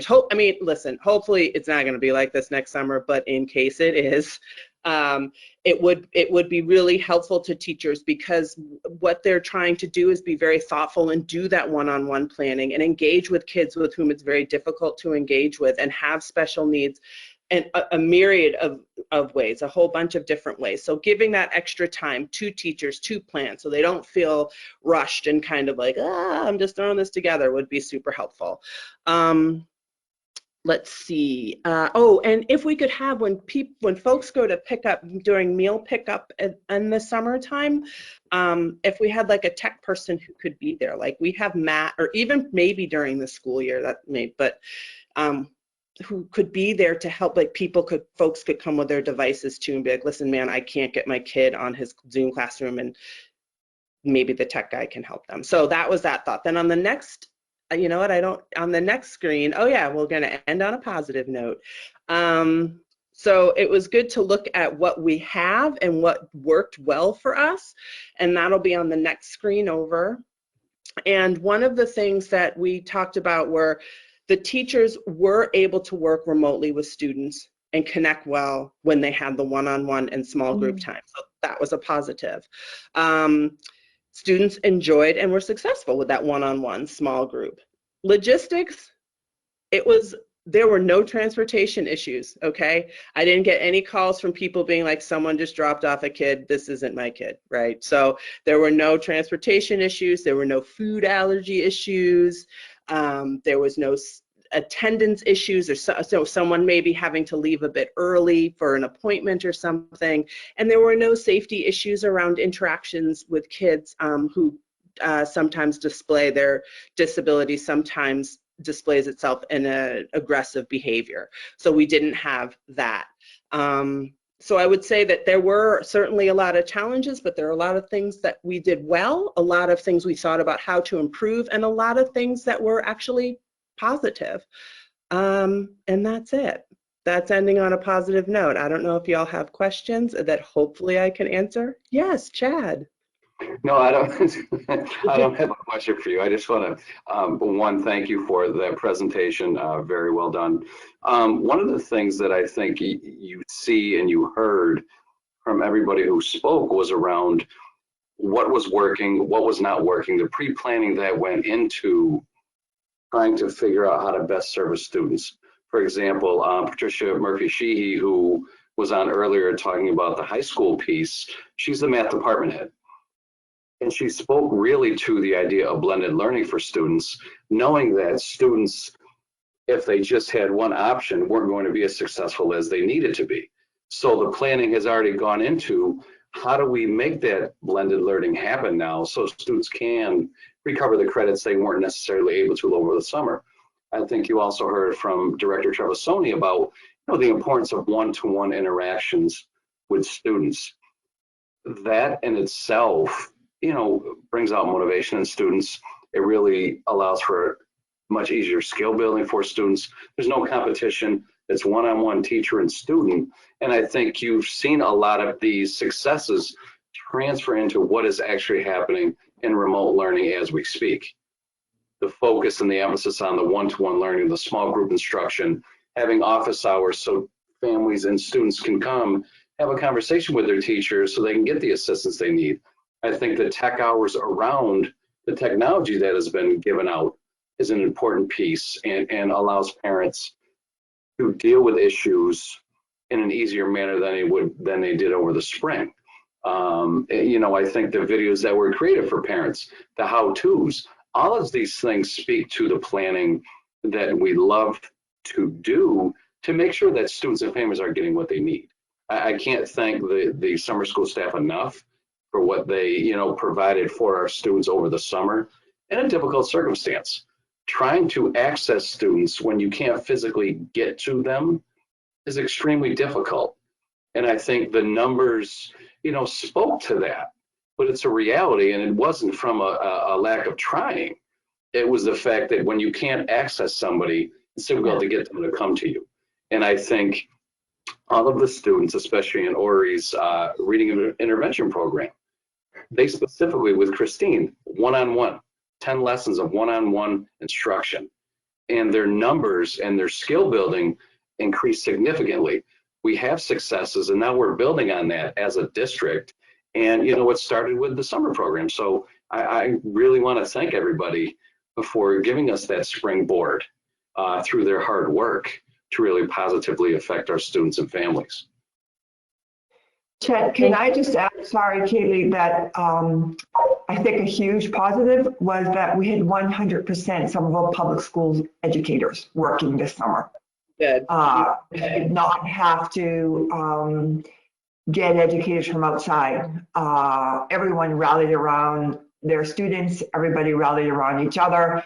We did some co-teaching together. The life skills class, for example, which had 10 students in it, had 2 full-time teachers working together to really support students so we could do some small group and individual stuff. So that was a huge thing for us. It made us better. It helped us to learn more. And we collaborated, I can say, in the special education department weekly. We had weekly meetings with everyone to say, how are we doing? How are we engaging? And I know for attendance, but attendance over the summer varies every year. People go on vacation. People access other things. People spend a lot of time on the internet, but our attendance tends to vary a lot in the summer as well, whether it's remote or. I think that's one of the things we also heard from families was that they wanted their student to participate, but they recognized needing to get a break. Having come off of the emergency leave, in the remote learning from March until June, people were tired. Parents were tired, students were tired, teachers were tired. So what we really tried to do is identify the students based on the data collection we did in the spring to say who really could use this the most. So it was definitely a reduced number of students to start in each of the programs. And then from there, just work as hard as we could to give them an infusion of what they may have missed back in the spring, to be able to sort of bring them back to a bit of baseline. So if you notice on the reading intervention, the target grades were grades 2 to 4. Really kind of the key formation of reading times, right? And going over key literacy parts. I think similarly with spell, both the K to 8 and the high school, it was really around particular language development skills that Sarah and her staff focused on, not kind of the broad skill set that we would typically do in a summer, and to do it in a one-to-one delivery. So it really was us fine-tuning as well. I think the one-to-one models as much as we can. That is what in part we're using now with our tutoring and with some of our small group sessions. I'm going to make a quick comment, and then Mr. Green, do you have a question or a comment? Okay. Director Trefsoni's comment about having the same staff working through the summer or families needing to take a break. Our educators also worked so hard during the summer, during the spring. We're planning for the fall and during the summer. And what I will say with such gratitude is to see familiar faces from a kid's perspective really, really matters. And even if we're seeing it through a screen, it is not lost on me that educators need a break, educators, administrators, and to go that extra mile. I mean, some kids in my neighborhood, when they went to pick up, I don't know, a Chromebook or something, and they saw, the school secretary, and they were over the moon, right? I think it is not all of those roles. We said this earlier about the crossing guard, Lou Schneider. adults play an incredibly important role, and you may not even know that you are, but that consistency and somehow continuing our community through an extremely trying time is so important. So for all of the educators and staff who have worked really since March 13th, full on, deep gratitude. Mr. Green? Yes, thank you. First, thank you for the presentation. Thank you for your hard work. I think the annual summer school report is one of the clearest examples we have as a district of just how hard and complicated this work is. You know, every year we get this report of all these things that are going on, and also the vast number of students who participate in these programs speaks to the fact that for all of our thinking, actually education is and probably should be a year-round activity. And so we should be thinking about how we can actually make that the norm, that we actually think of school education as a 12-month activity. But in particular, this year, obviously, doing a full remote program is no one's idea of what we want to be doing, and no one's idea of how we would do schooling in a vacuum. But in the same way that we have learned lessons from the summer program that we're applying to the schooling, and I think when I talk to my colleagues in other school districts, Somerville has probably one of the most robust remote education plans going currently, in part because we actually put in the time and effort to think it through. But I want to think about, you know, one day when we're something approaching normal again, and how I don't want normal schools to look like they did 2 years ago. And I'm hoping that we are also learning things right now that we can take into the new normal. And I was hoping you could say, maybe tell me something about some of the stuff you learned that you will apply once we are back in schools in person. So do you mean during the school year or for summer programming in particular? Either, both. Whatever we've learned that we can use going forward. Wow, you're going deep, Mr. Green.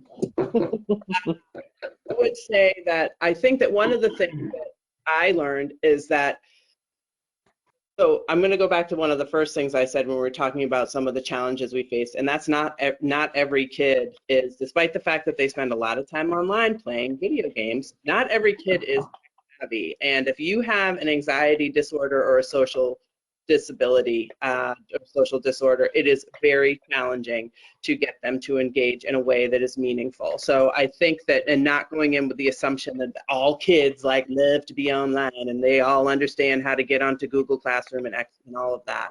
I think that one thing I did learn is that if we are going to do something, we need to put our effort into doing it well, meaning expending our efforts on kind of wondering what if and like where are we going to go. I think that one of the reasons why the remote learning works so well is because that is what we're focusing on doing, and educators are like, this is what we're doing, this is where we're at.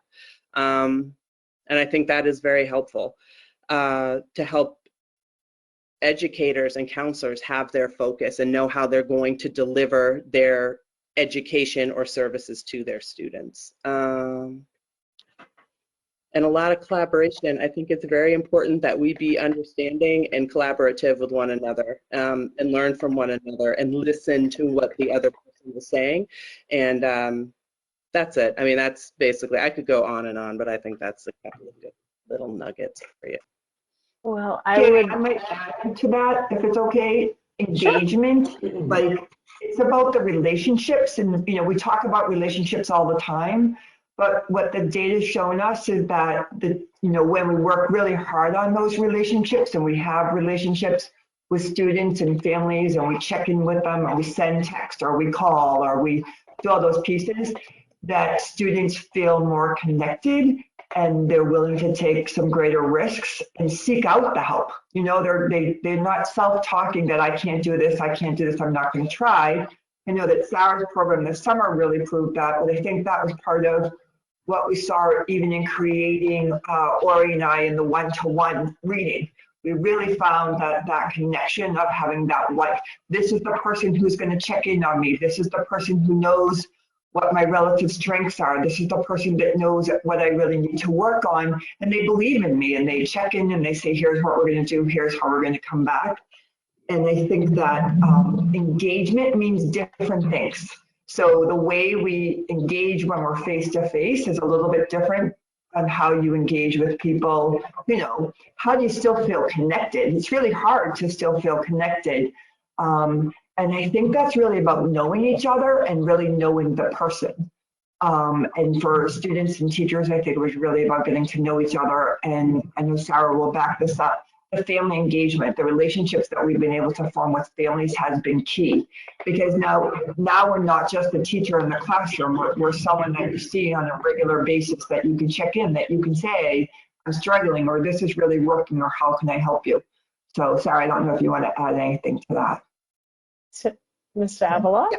Yes, I did want to add one thing, and also, although I really do agree, and we have learned that the one-on-one from an instructional perspective is really important, I do think that there was another aspect, which is around community building. So in the SPELL program, the beginning of the day was not one-on-one. It is large group, and coming together, you know, around a common purpose, a common sense of why are we here, why is this important, what are we learning about the world. So I think that you know, this building sense of community is more than interaction, you and me, but it really is a sense of us, and that's important to bring forward in meaningful ways when we return. Thank you for that. Are there any other comments on that? Superintendent, would you like to jump in? Yeah, I mean, I could go on for like a half an hour on this. I mean, I think in all seriousness, the part of the problem is it's, you know, we can't live in extremes. You know, what we had before was a use of technology that was periphery, and what we have now is a use of technology that is dependent. And I think what we have to do is to find the sweet spot of where technology as an innovation can make a difference. And I think, you know, sometimes it is in the conversations and the information exchange and the collaboration. And, you know, in a place like Somerville, where it can take 45 minutes to get across the city, that can be a really powerful way to ensure parents, students, educators are all connected, to talk about the benefits of the you know, for the student. I was on a call earlier today with the key embedded counseling organizations for Somerville Public, Riverside, Cambridge Health Alliance, Home for Little Wanderers, and then some of our internal folks. And you know, for some students, telehealth has been really good. You know, they are able with the screen to share and to connect with their counselor in a way that they may have been intimidated doing it in person before. And they can do it regularly and more often and don't have to worry about a schedule in that way. So there's, I think, lots of opportunities going forward. In addition to one-on-ones, like how can you personalize and customize the use of a block of time in a really focused way using the technology. Kids can actually hide in a class. They can find lots of ways to do it and disengage. And in a class of 25 kids, it becomes easy to do that if you want to, if you find ways to do it.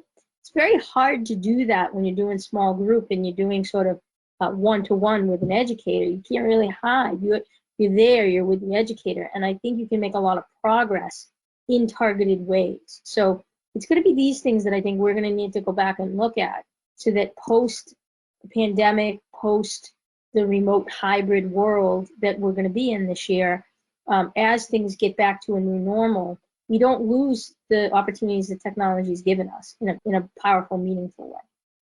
Yeah, and a lot of our kids, they don't have the adverse distractions around them. So a kid who's easily triggered, kind of like, there are kids who are like loving it, you know, because they're like, oh, there's nothing to kind of trigger them. So yeah, I agree. It's tricky because I'm an in-person person myself. So I have to rewire how I think about engaging with people too, which is challenging, but doable. For sure, me too. Absolutely. With that, it has been a long day, and Kaylee, I am so excited about you running the summer. I would like to extend the invitation for you to come back later in the school year wearing your new cap of the social emotional coordinator. Is that your title? Yes. Right? It is an exceedingly difficult time for all of our kids at all of the levels, and even the ones who may appear to be doing just fine. Sometimes they're the ones I worry about the most, and so we'll schedule it, but I would love to have you back later in the school year and hear what you're learning, how the kids are doing, and certainly as we start to think about next year's budget, what that might look like too. So thank you for joining us. Thank you for putting together another great presentation, and also thanks for always head and heart. You bring it all the time. So thank you so much. Guys. You're very supportive, even on my stutter steps. So thank you. Have a good day. Thank All you. right. Be well. Superintendent Skipper, did you have anything else to add on the superintendent's report? And we are at 8:45. Holy moly. I mean, really just a quick update on rec and community schools. I really can't give enough shout out to both organizations for being flexible and for trying to meet the needs of our families during this time.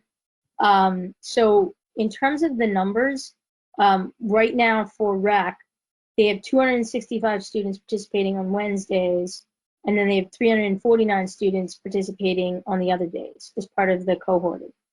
And then community schools has 440 students in their afternoon typical block, and about 220 students in that 12:30 to 2:30 block. So combined, there's a lot of kids that are getting some component of that social emotional mixing, being together, recognizing, they're part of, the school community. I just want to thank both organizations for being flexible. My understanding is there still is some space, and I think what's happened is, as families have seen how safe they're being, socially distant, masking, sanitizing, they've been more comfortable letting their students participate and signing them up. So again, if parents are looking for one of those programs, there is still space there, which says a lot about the capacity that those two organizations have been able to build quickly. So I just wanted to share that with the school committee. Thank you so much for that. It is a district-wide effort. It is a Somerville-wide effort. It is certainly impressive. Thank you so much for that report. We are now going to move on to item number 6, report of the subcommittees. Dr. Ackman, the school committee meeting for rules management of September 11th. Welcome. Hi, thank you. The rules subcommittee meeting for September 11th, 2020. The meeting was called to order at 9:02 a.m. In attendance were Dr. Ackman, Dr. Phillips, Ms. Barish, Superintendent Skipper, and Mr. Iwasaki. Dr. Ackman presented file EBC supplemental taken from the Massachusetts Association of School Committees, which is intended to be an overarching policy that gives the superintendent temporary broad authority to act with regard to a wide variety of school committee and district policies that could be impacted due to the pandemic. After discussion about the nuances and language of the policy, for example, on which particular policies should the superintendent notify the school committee after a decision was made and where she should seek permission in advance, the subcommittee agreed to adjourn and reconvene on September 16th to discuss potential substantive edits, and the meeting was adjourned at 9:38 a.m.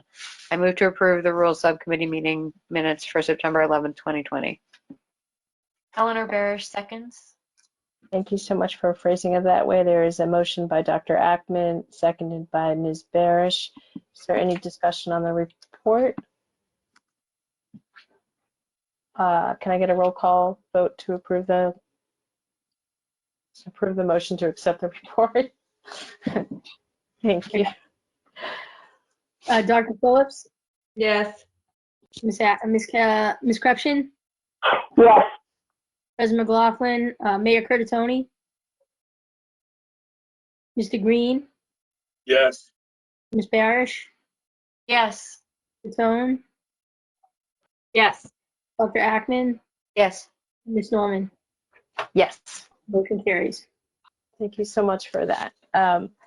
Moving on to item number 6, the unfinished business, the Somerville Public School Policy Manual. There are 2 policies being presented this evening for a second reading, which is file JE, attendance addendum, and file EBC, the supplemental. And let's just do them in order. There's the file for JE, the attendance addendum.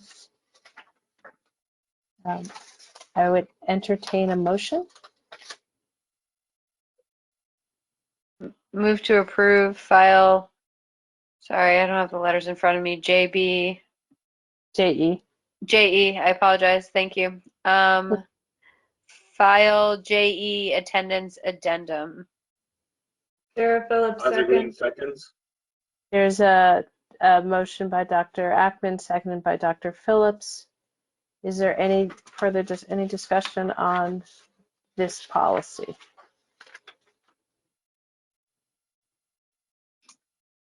Yeah. Ms. Patone. There you are. I got a little eager with the button, sorry. Chair Norman, through you. One silly thing, I guess the file is called JE, but the printed version says JL or something, or JH. I don't think that matters as long as you guys make that correct. Whatever it has to be. Good catch. Thank you. But that's non-important. But I did have a question. This might be for the superintendent about, you know, where it says at the end, during periods of synchronous learning, they'll observe for the student's presence, and if it's observed, they're going to go through the sequencing of supports, which is excellent. I guess I had a question about the term continuously present. What does that actually mean? I also had a question. Fortunately, I have not had to witness this yet, but if a student is absent, are we still using the robocall programming? Like if a student doesn't show up to remote, are parents getting notified for synchronous? Yes. Yes. For Aspen, yes. So yes. Okay, so the family's going to get the calls and the emails saying your kid didn't show up. Correct. For the daily attendance, yes. I think the reference to the continuous piece is we occasionally have issues where a student will,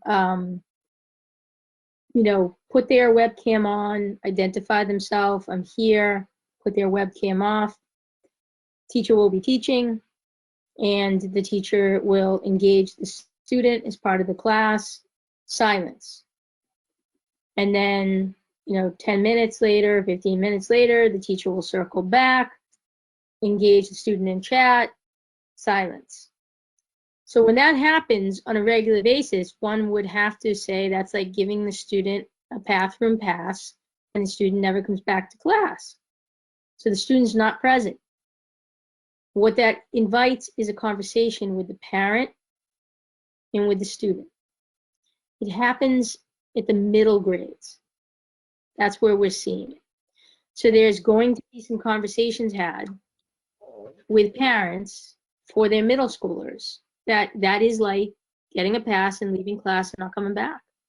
You got to be present. You have to be there. I mean, that's really different than the kid legitimately needing to go to the bathroom and coming back and maybe missing the first call. So the teacher will do multiple check-ins, you know, particularly when the first time they're not hearing the student. And then we'll report that to the dean of students or report that to one of the counselors or to the assistant principal so that there can be some follow-up with the parent, particularly if it happens more than once.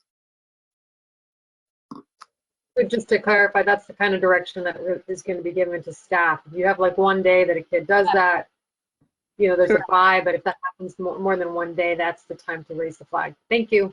Correct. Just had this conversation with the principals today. Thank you. Thank you for the question. Are there any other questions or comments on this policy? Hearing none, can I get a roll call vote on the attendance policy? Certainly. Dr. Phillips? Yes. Ms. Krepshin? Yes. President McLaughlin? Mayor Curtatone? Yes. Mr. Green? Oh, sorry. Okay. Mr. Green? Yes.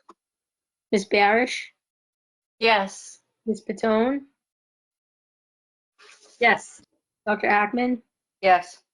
Ms. Norman. Yes. Motion carries.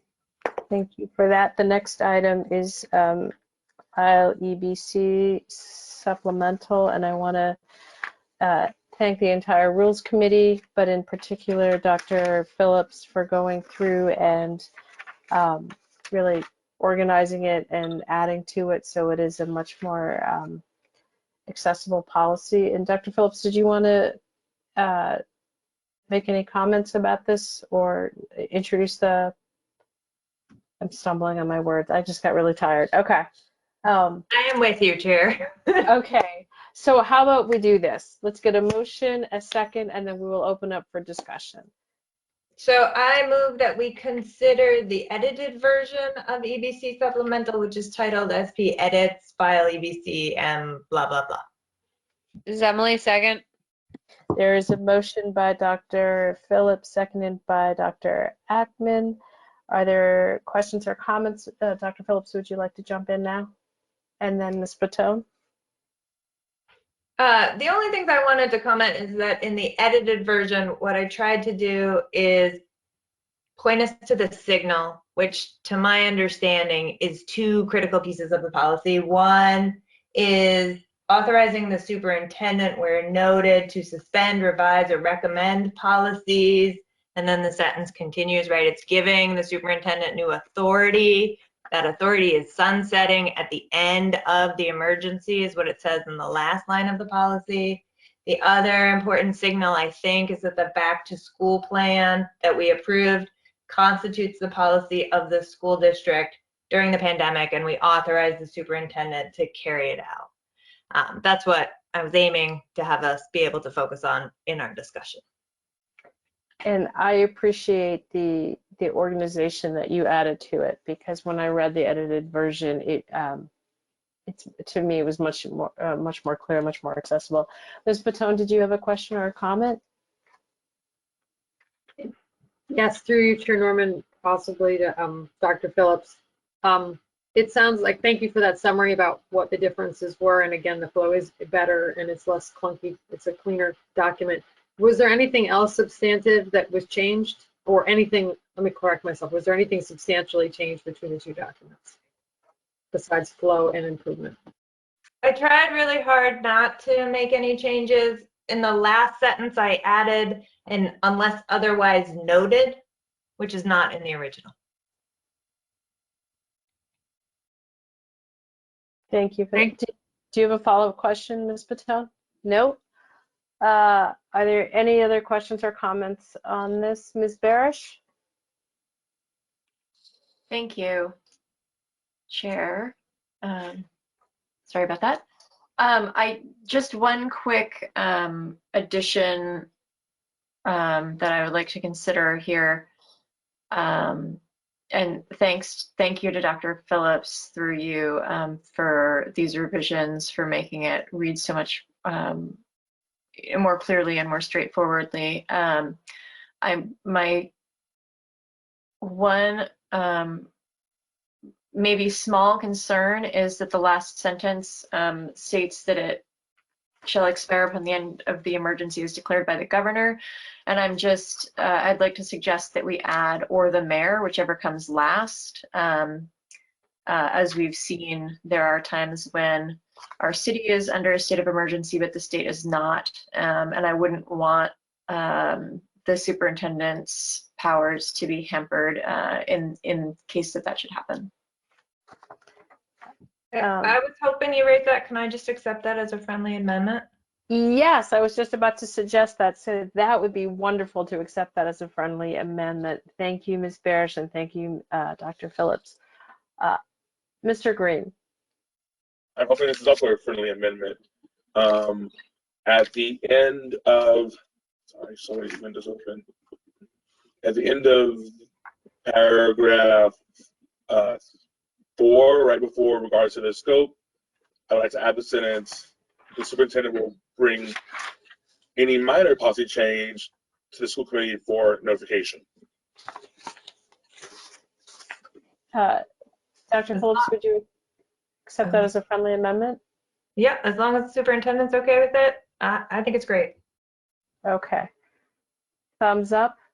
Fantastic. Are there any other questions, comments?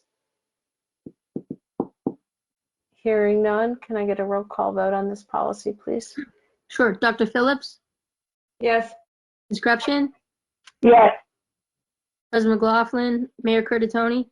Yes. Mr. Green? Yes. Ms. Barris? Yes. Ms. Platone? Yes.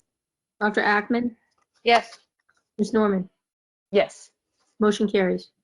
Fantastic. Now moving on to items of new business, agenda item number 8. The first item is the MAC annual meeting delegates and resolution.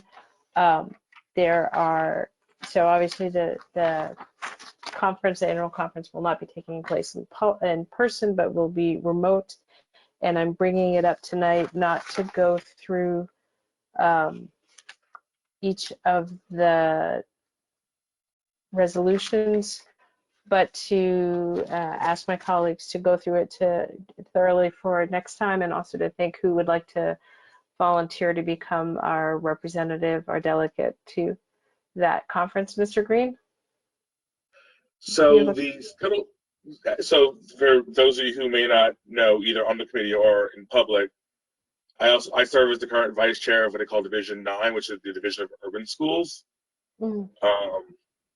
Urban schools being self-declared, so it actually gets very confusing. But in that role, I've gotten to hear the scuttlebutt is that for the first time in probably any of our terms on the school committee, there will be a contested election for one of the officers at the state level, for the office of president-elect.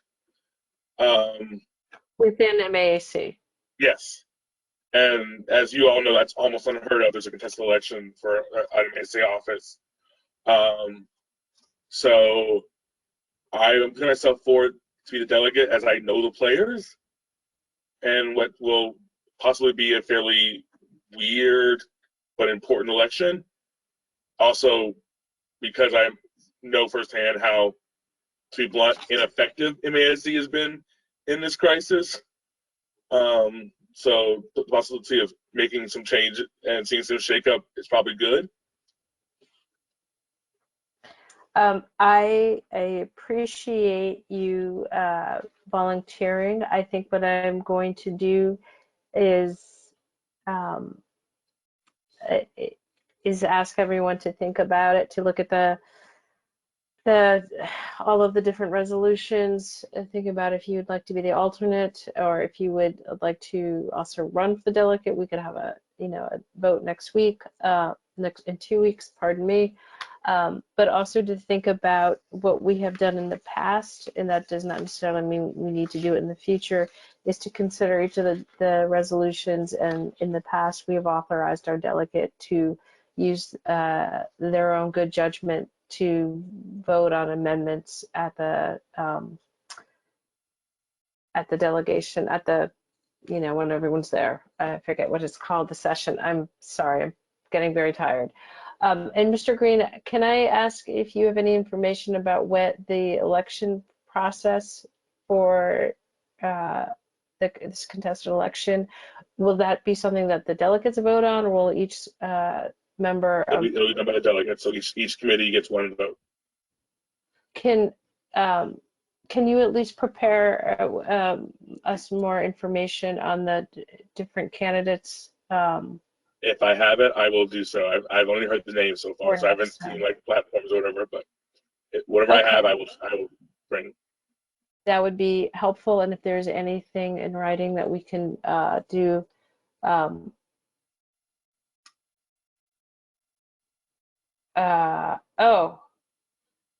Thank you so much for making me aware of that. You know what? We won't vote on the different resolutions, but it has come to my attention. Thank you, Ms. Santiago, for always paying attention to the details, that we need to submit a name prior to our next school committee meeting. And so Mr. Green has graciously volunteered to be our delegate. Is there anyone else who would want that position? And also we need an alternate delegate. Hearing no one also volunteering. Mr. Green, thank you again for serving as our delegate to this session. And is there anyone who would like to volunteer? I'll be alternate. Thank you, Ms. Crutchin. I think this is the lineup we sent last year too. I think so. Awesome. Thank you so much for you. Okay, and so next time we will vote on how to instruct our delegates to vote. Thank you for that. And thank you, Ms. Santiago, for always being on top of the details. We have done the grants, and so we're now moving on to, oh, excuse me, legal counsel search. So as we know, our current legal counsel, Mike Wong, is moving on to retirement and is cutting back, and it will be with us only until the end of this calendar year. And so we need to start talking about what kind of representation that we are looking for, and to start interviewing potential replacements. Ms. Crutchin has volunteered to help me with that. I would like to have, I know it's late, but if we could get some brief conversation that we started here, and we can put it on next agenda as well, is if there is any strong preference or thoughts or questions about what kind of law, do we go with a law firm? Do we, are we looking to bring someone in-house? Are we looking to look at that? Mr. Green and Ms. Ackman. And then Ms. Phillips. Okay. I believe Emily had the hand up first, so I'll yield the floor to her first. All right. Thanks. I'm just saying my vote is in-house. It seems like up until this point, we have utilized someone quite a bit, and it seems quite likely that we will need to for various reasons. And I think it is worth our investment to have someone in-house. That's my opinion.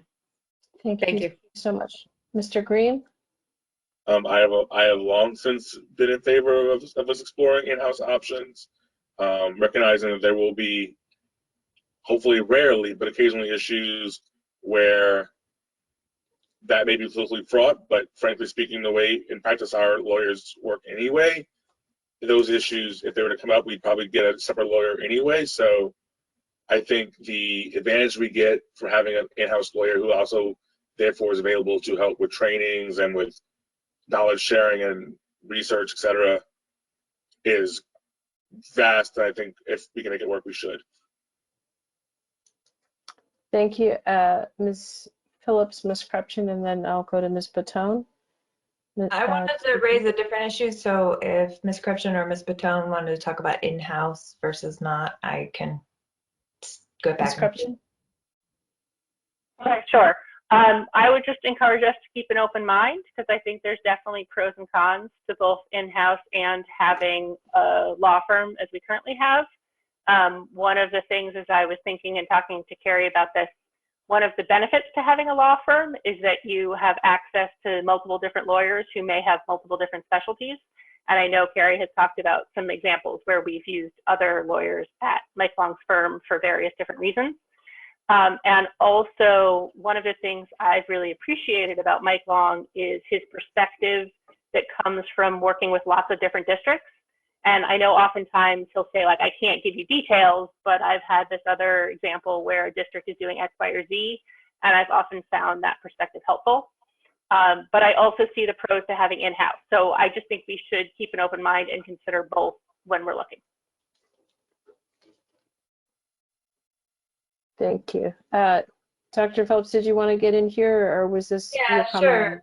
This is not about in-house or not, but as we move forward, I'd like us to encourage whether, I'd like us to consider whether we can use the same strategies that we use to ensure we have a racially and ethnically diverse teaching pool, to ensure that we have a racially and ethnically diverse group of candidates being considered for our in-house counsel. I think it's really critical for us to demonstrate our commitment to equity at every level of the district.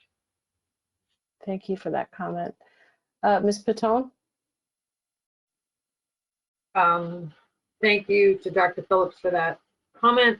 I also wanted to follow up with Ms. Krupshin's reference to having an open mind about there are advantages to having inside counsel. We had talked about trainings and supports that we could get and possibly some financial advantage. But in addition to what Ms. Krupshin referenced regarding the experience sets with other districts at the same time, which I have to say has been really powerful this year, as we've had more challenging and differences in this work. Also, the lack of they're a third party. They don't have any. They don't work for anybody in our district other than as a client or as us being their client. And I think there can be a little, not to say they would be biased from an internal person, but I think it can be really challenging sometimes as an internal person to have a very human perspective. So I'm just going to throw that out there, but I can see the advantages to both, and I look forward to this process. So thank you. Thank you. I'm going to call on myself if there's anyone else. So I think, Mr. Green, would you like to jump in? Mr. Green. Being in the queue, that's all. Okay. I've given this a lot of thought. This is a question that came up several years ago when we had a very small firm of 2 previous to Mike Long becoming our legal counsel.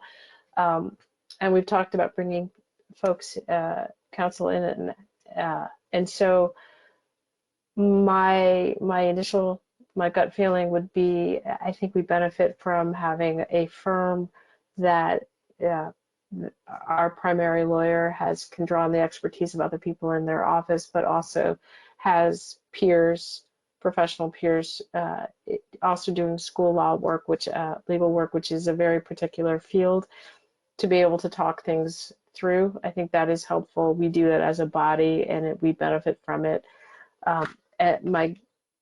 I also think we have a separate firm that handles our special education needs, and my expectation we would continue to have that as well. There is also questions about who would be available, and so that is going to be another factor in this work, because I think a lot of those specializing in school law are very busy. Mayor Curtatone, did you want to jump in? Yeah, if I could. I'm looking forward to the conversation. I have some experience in the city side my camera's messed up, I'm getting off. So as we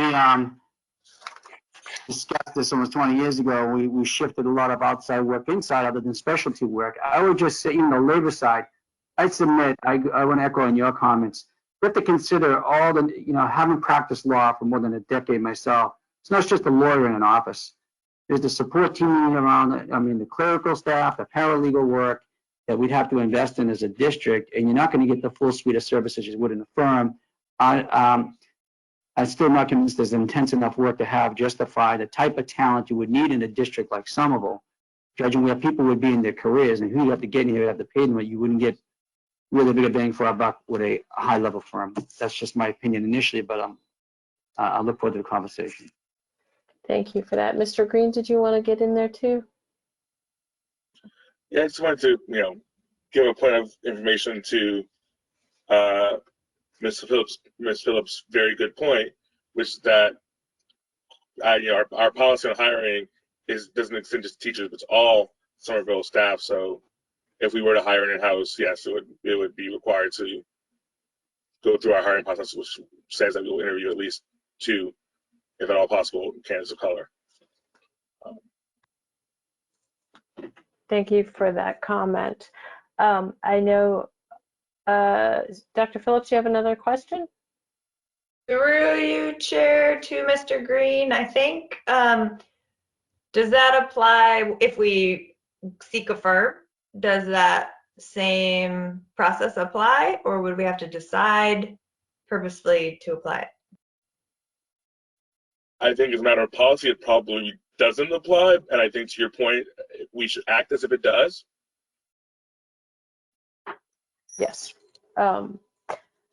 So I'm going to make, Superintendent, did you want to make a comment? Yeah, I mean, I think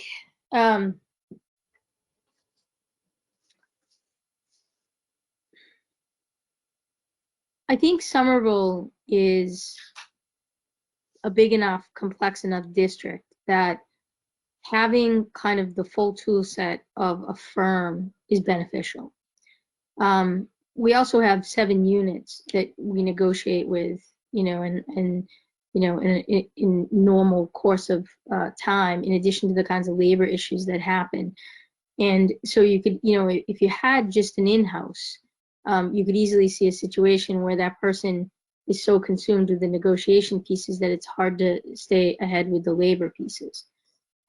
We also have student issue too, right? So one of the things that's been nice about having a firm like Long's firm is that we've been able to have somebody that's kind of worked with us on the negotiation side, somebody that's been able to work with us on labor side, and somebody that's been able to work on student issues. And we keep them pretty busy. So you know, when I first came in, I think I was of the opinion, given the types of things we were seeing, that having somebody in-house as kind of our main point, that might be beneficial, because there needed to be so much capacity development in the staff. But we've done a lot of the capacity building within our HR department, and there's always more room for trainings, but we do use we do use the firm for those trainings as well. So I think, not that I get a vote, but I do think that we do warrant in the complexity and the volume of the things that we deal with, having the benefits of a firm. Okay. Are there any other comments or questions? Ms. Crutchen and I had an initial conversation about how to proceed. I have gotten a number of recommendations of firms and individual practitioners who do this kind of work. And Ms. Crutchen made the very practical point. We might not want to go too far down the line of who we want until we know who actually is accepting new clients.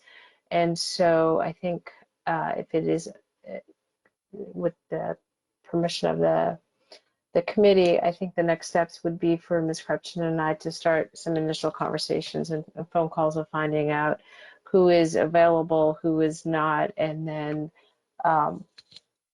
just then as a group move farther down that process. Because if someone is saying our practice is closed, then that is important information to have at the start of the process and not farther down.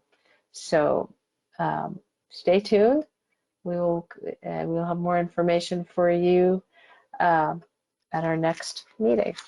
And with that, we did the grants. We are now on to item number D, FY20 scale and ADP diploma requests. Can I get a motion, please? I move to approve the scale diploma request for Vienna Harazo in Winthrop, Massachusetts. Eleanor Barish seconds.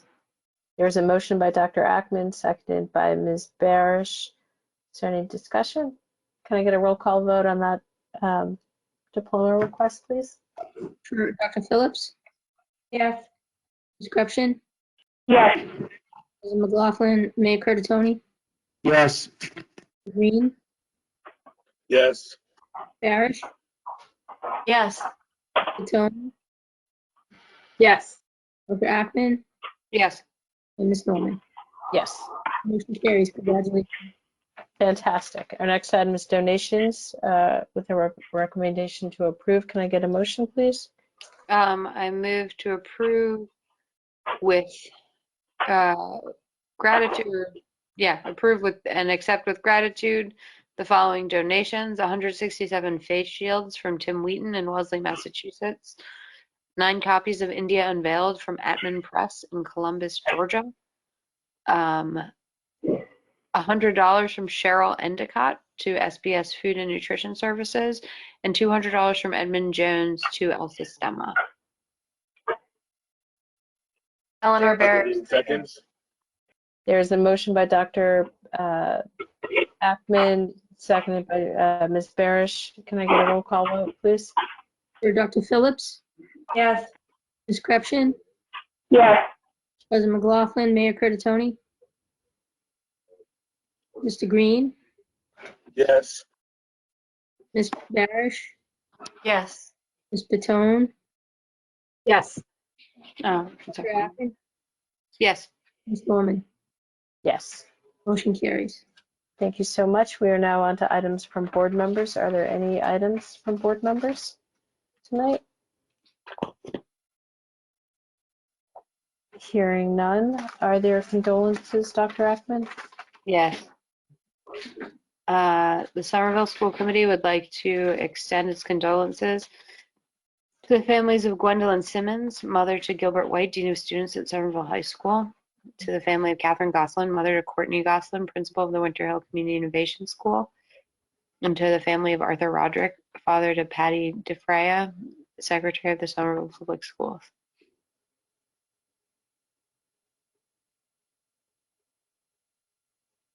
We are adjourned.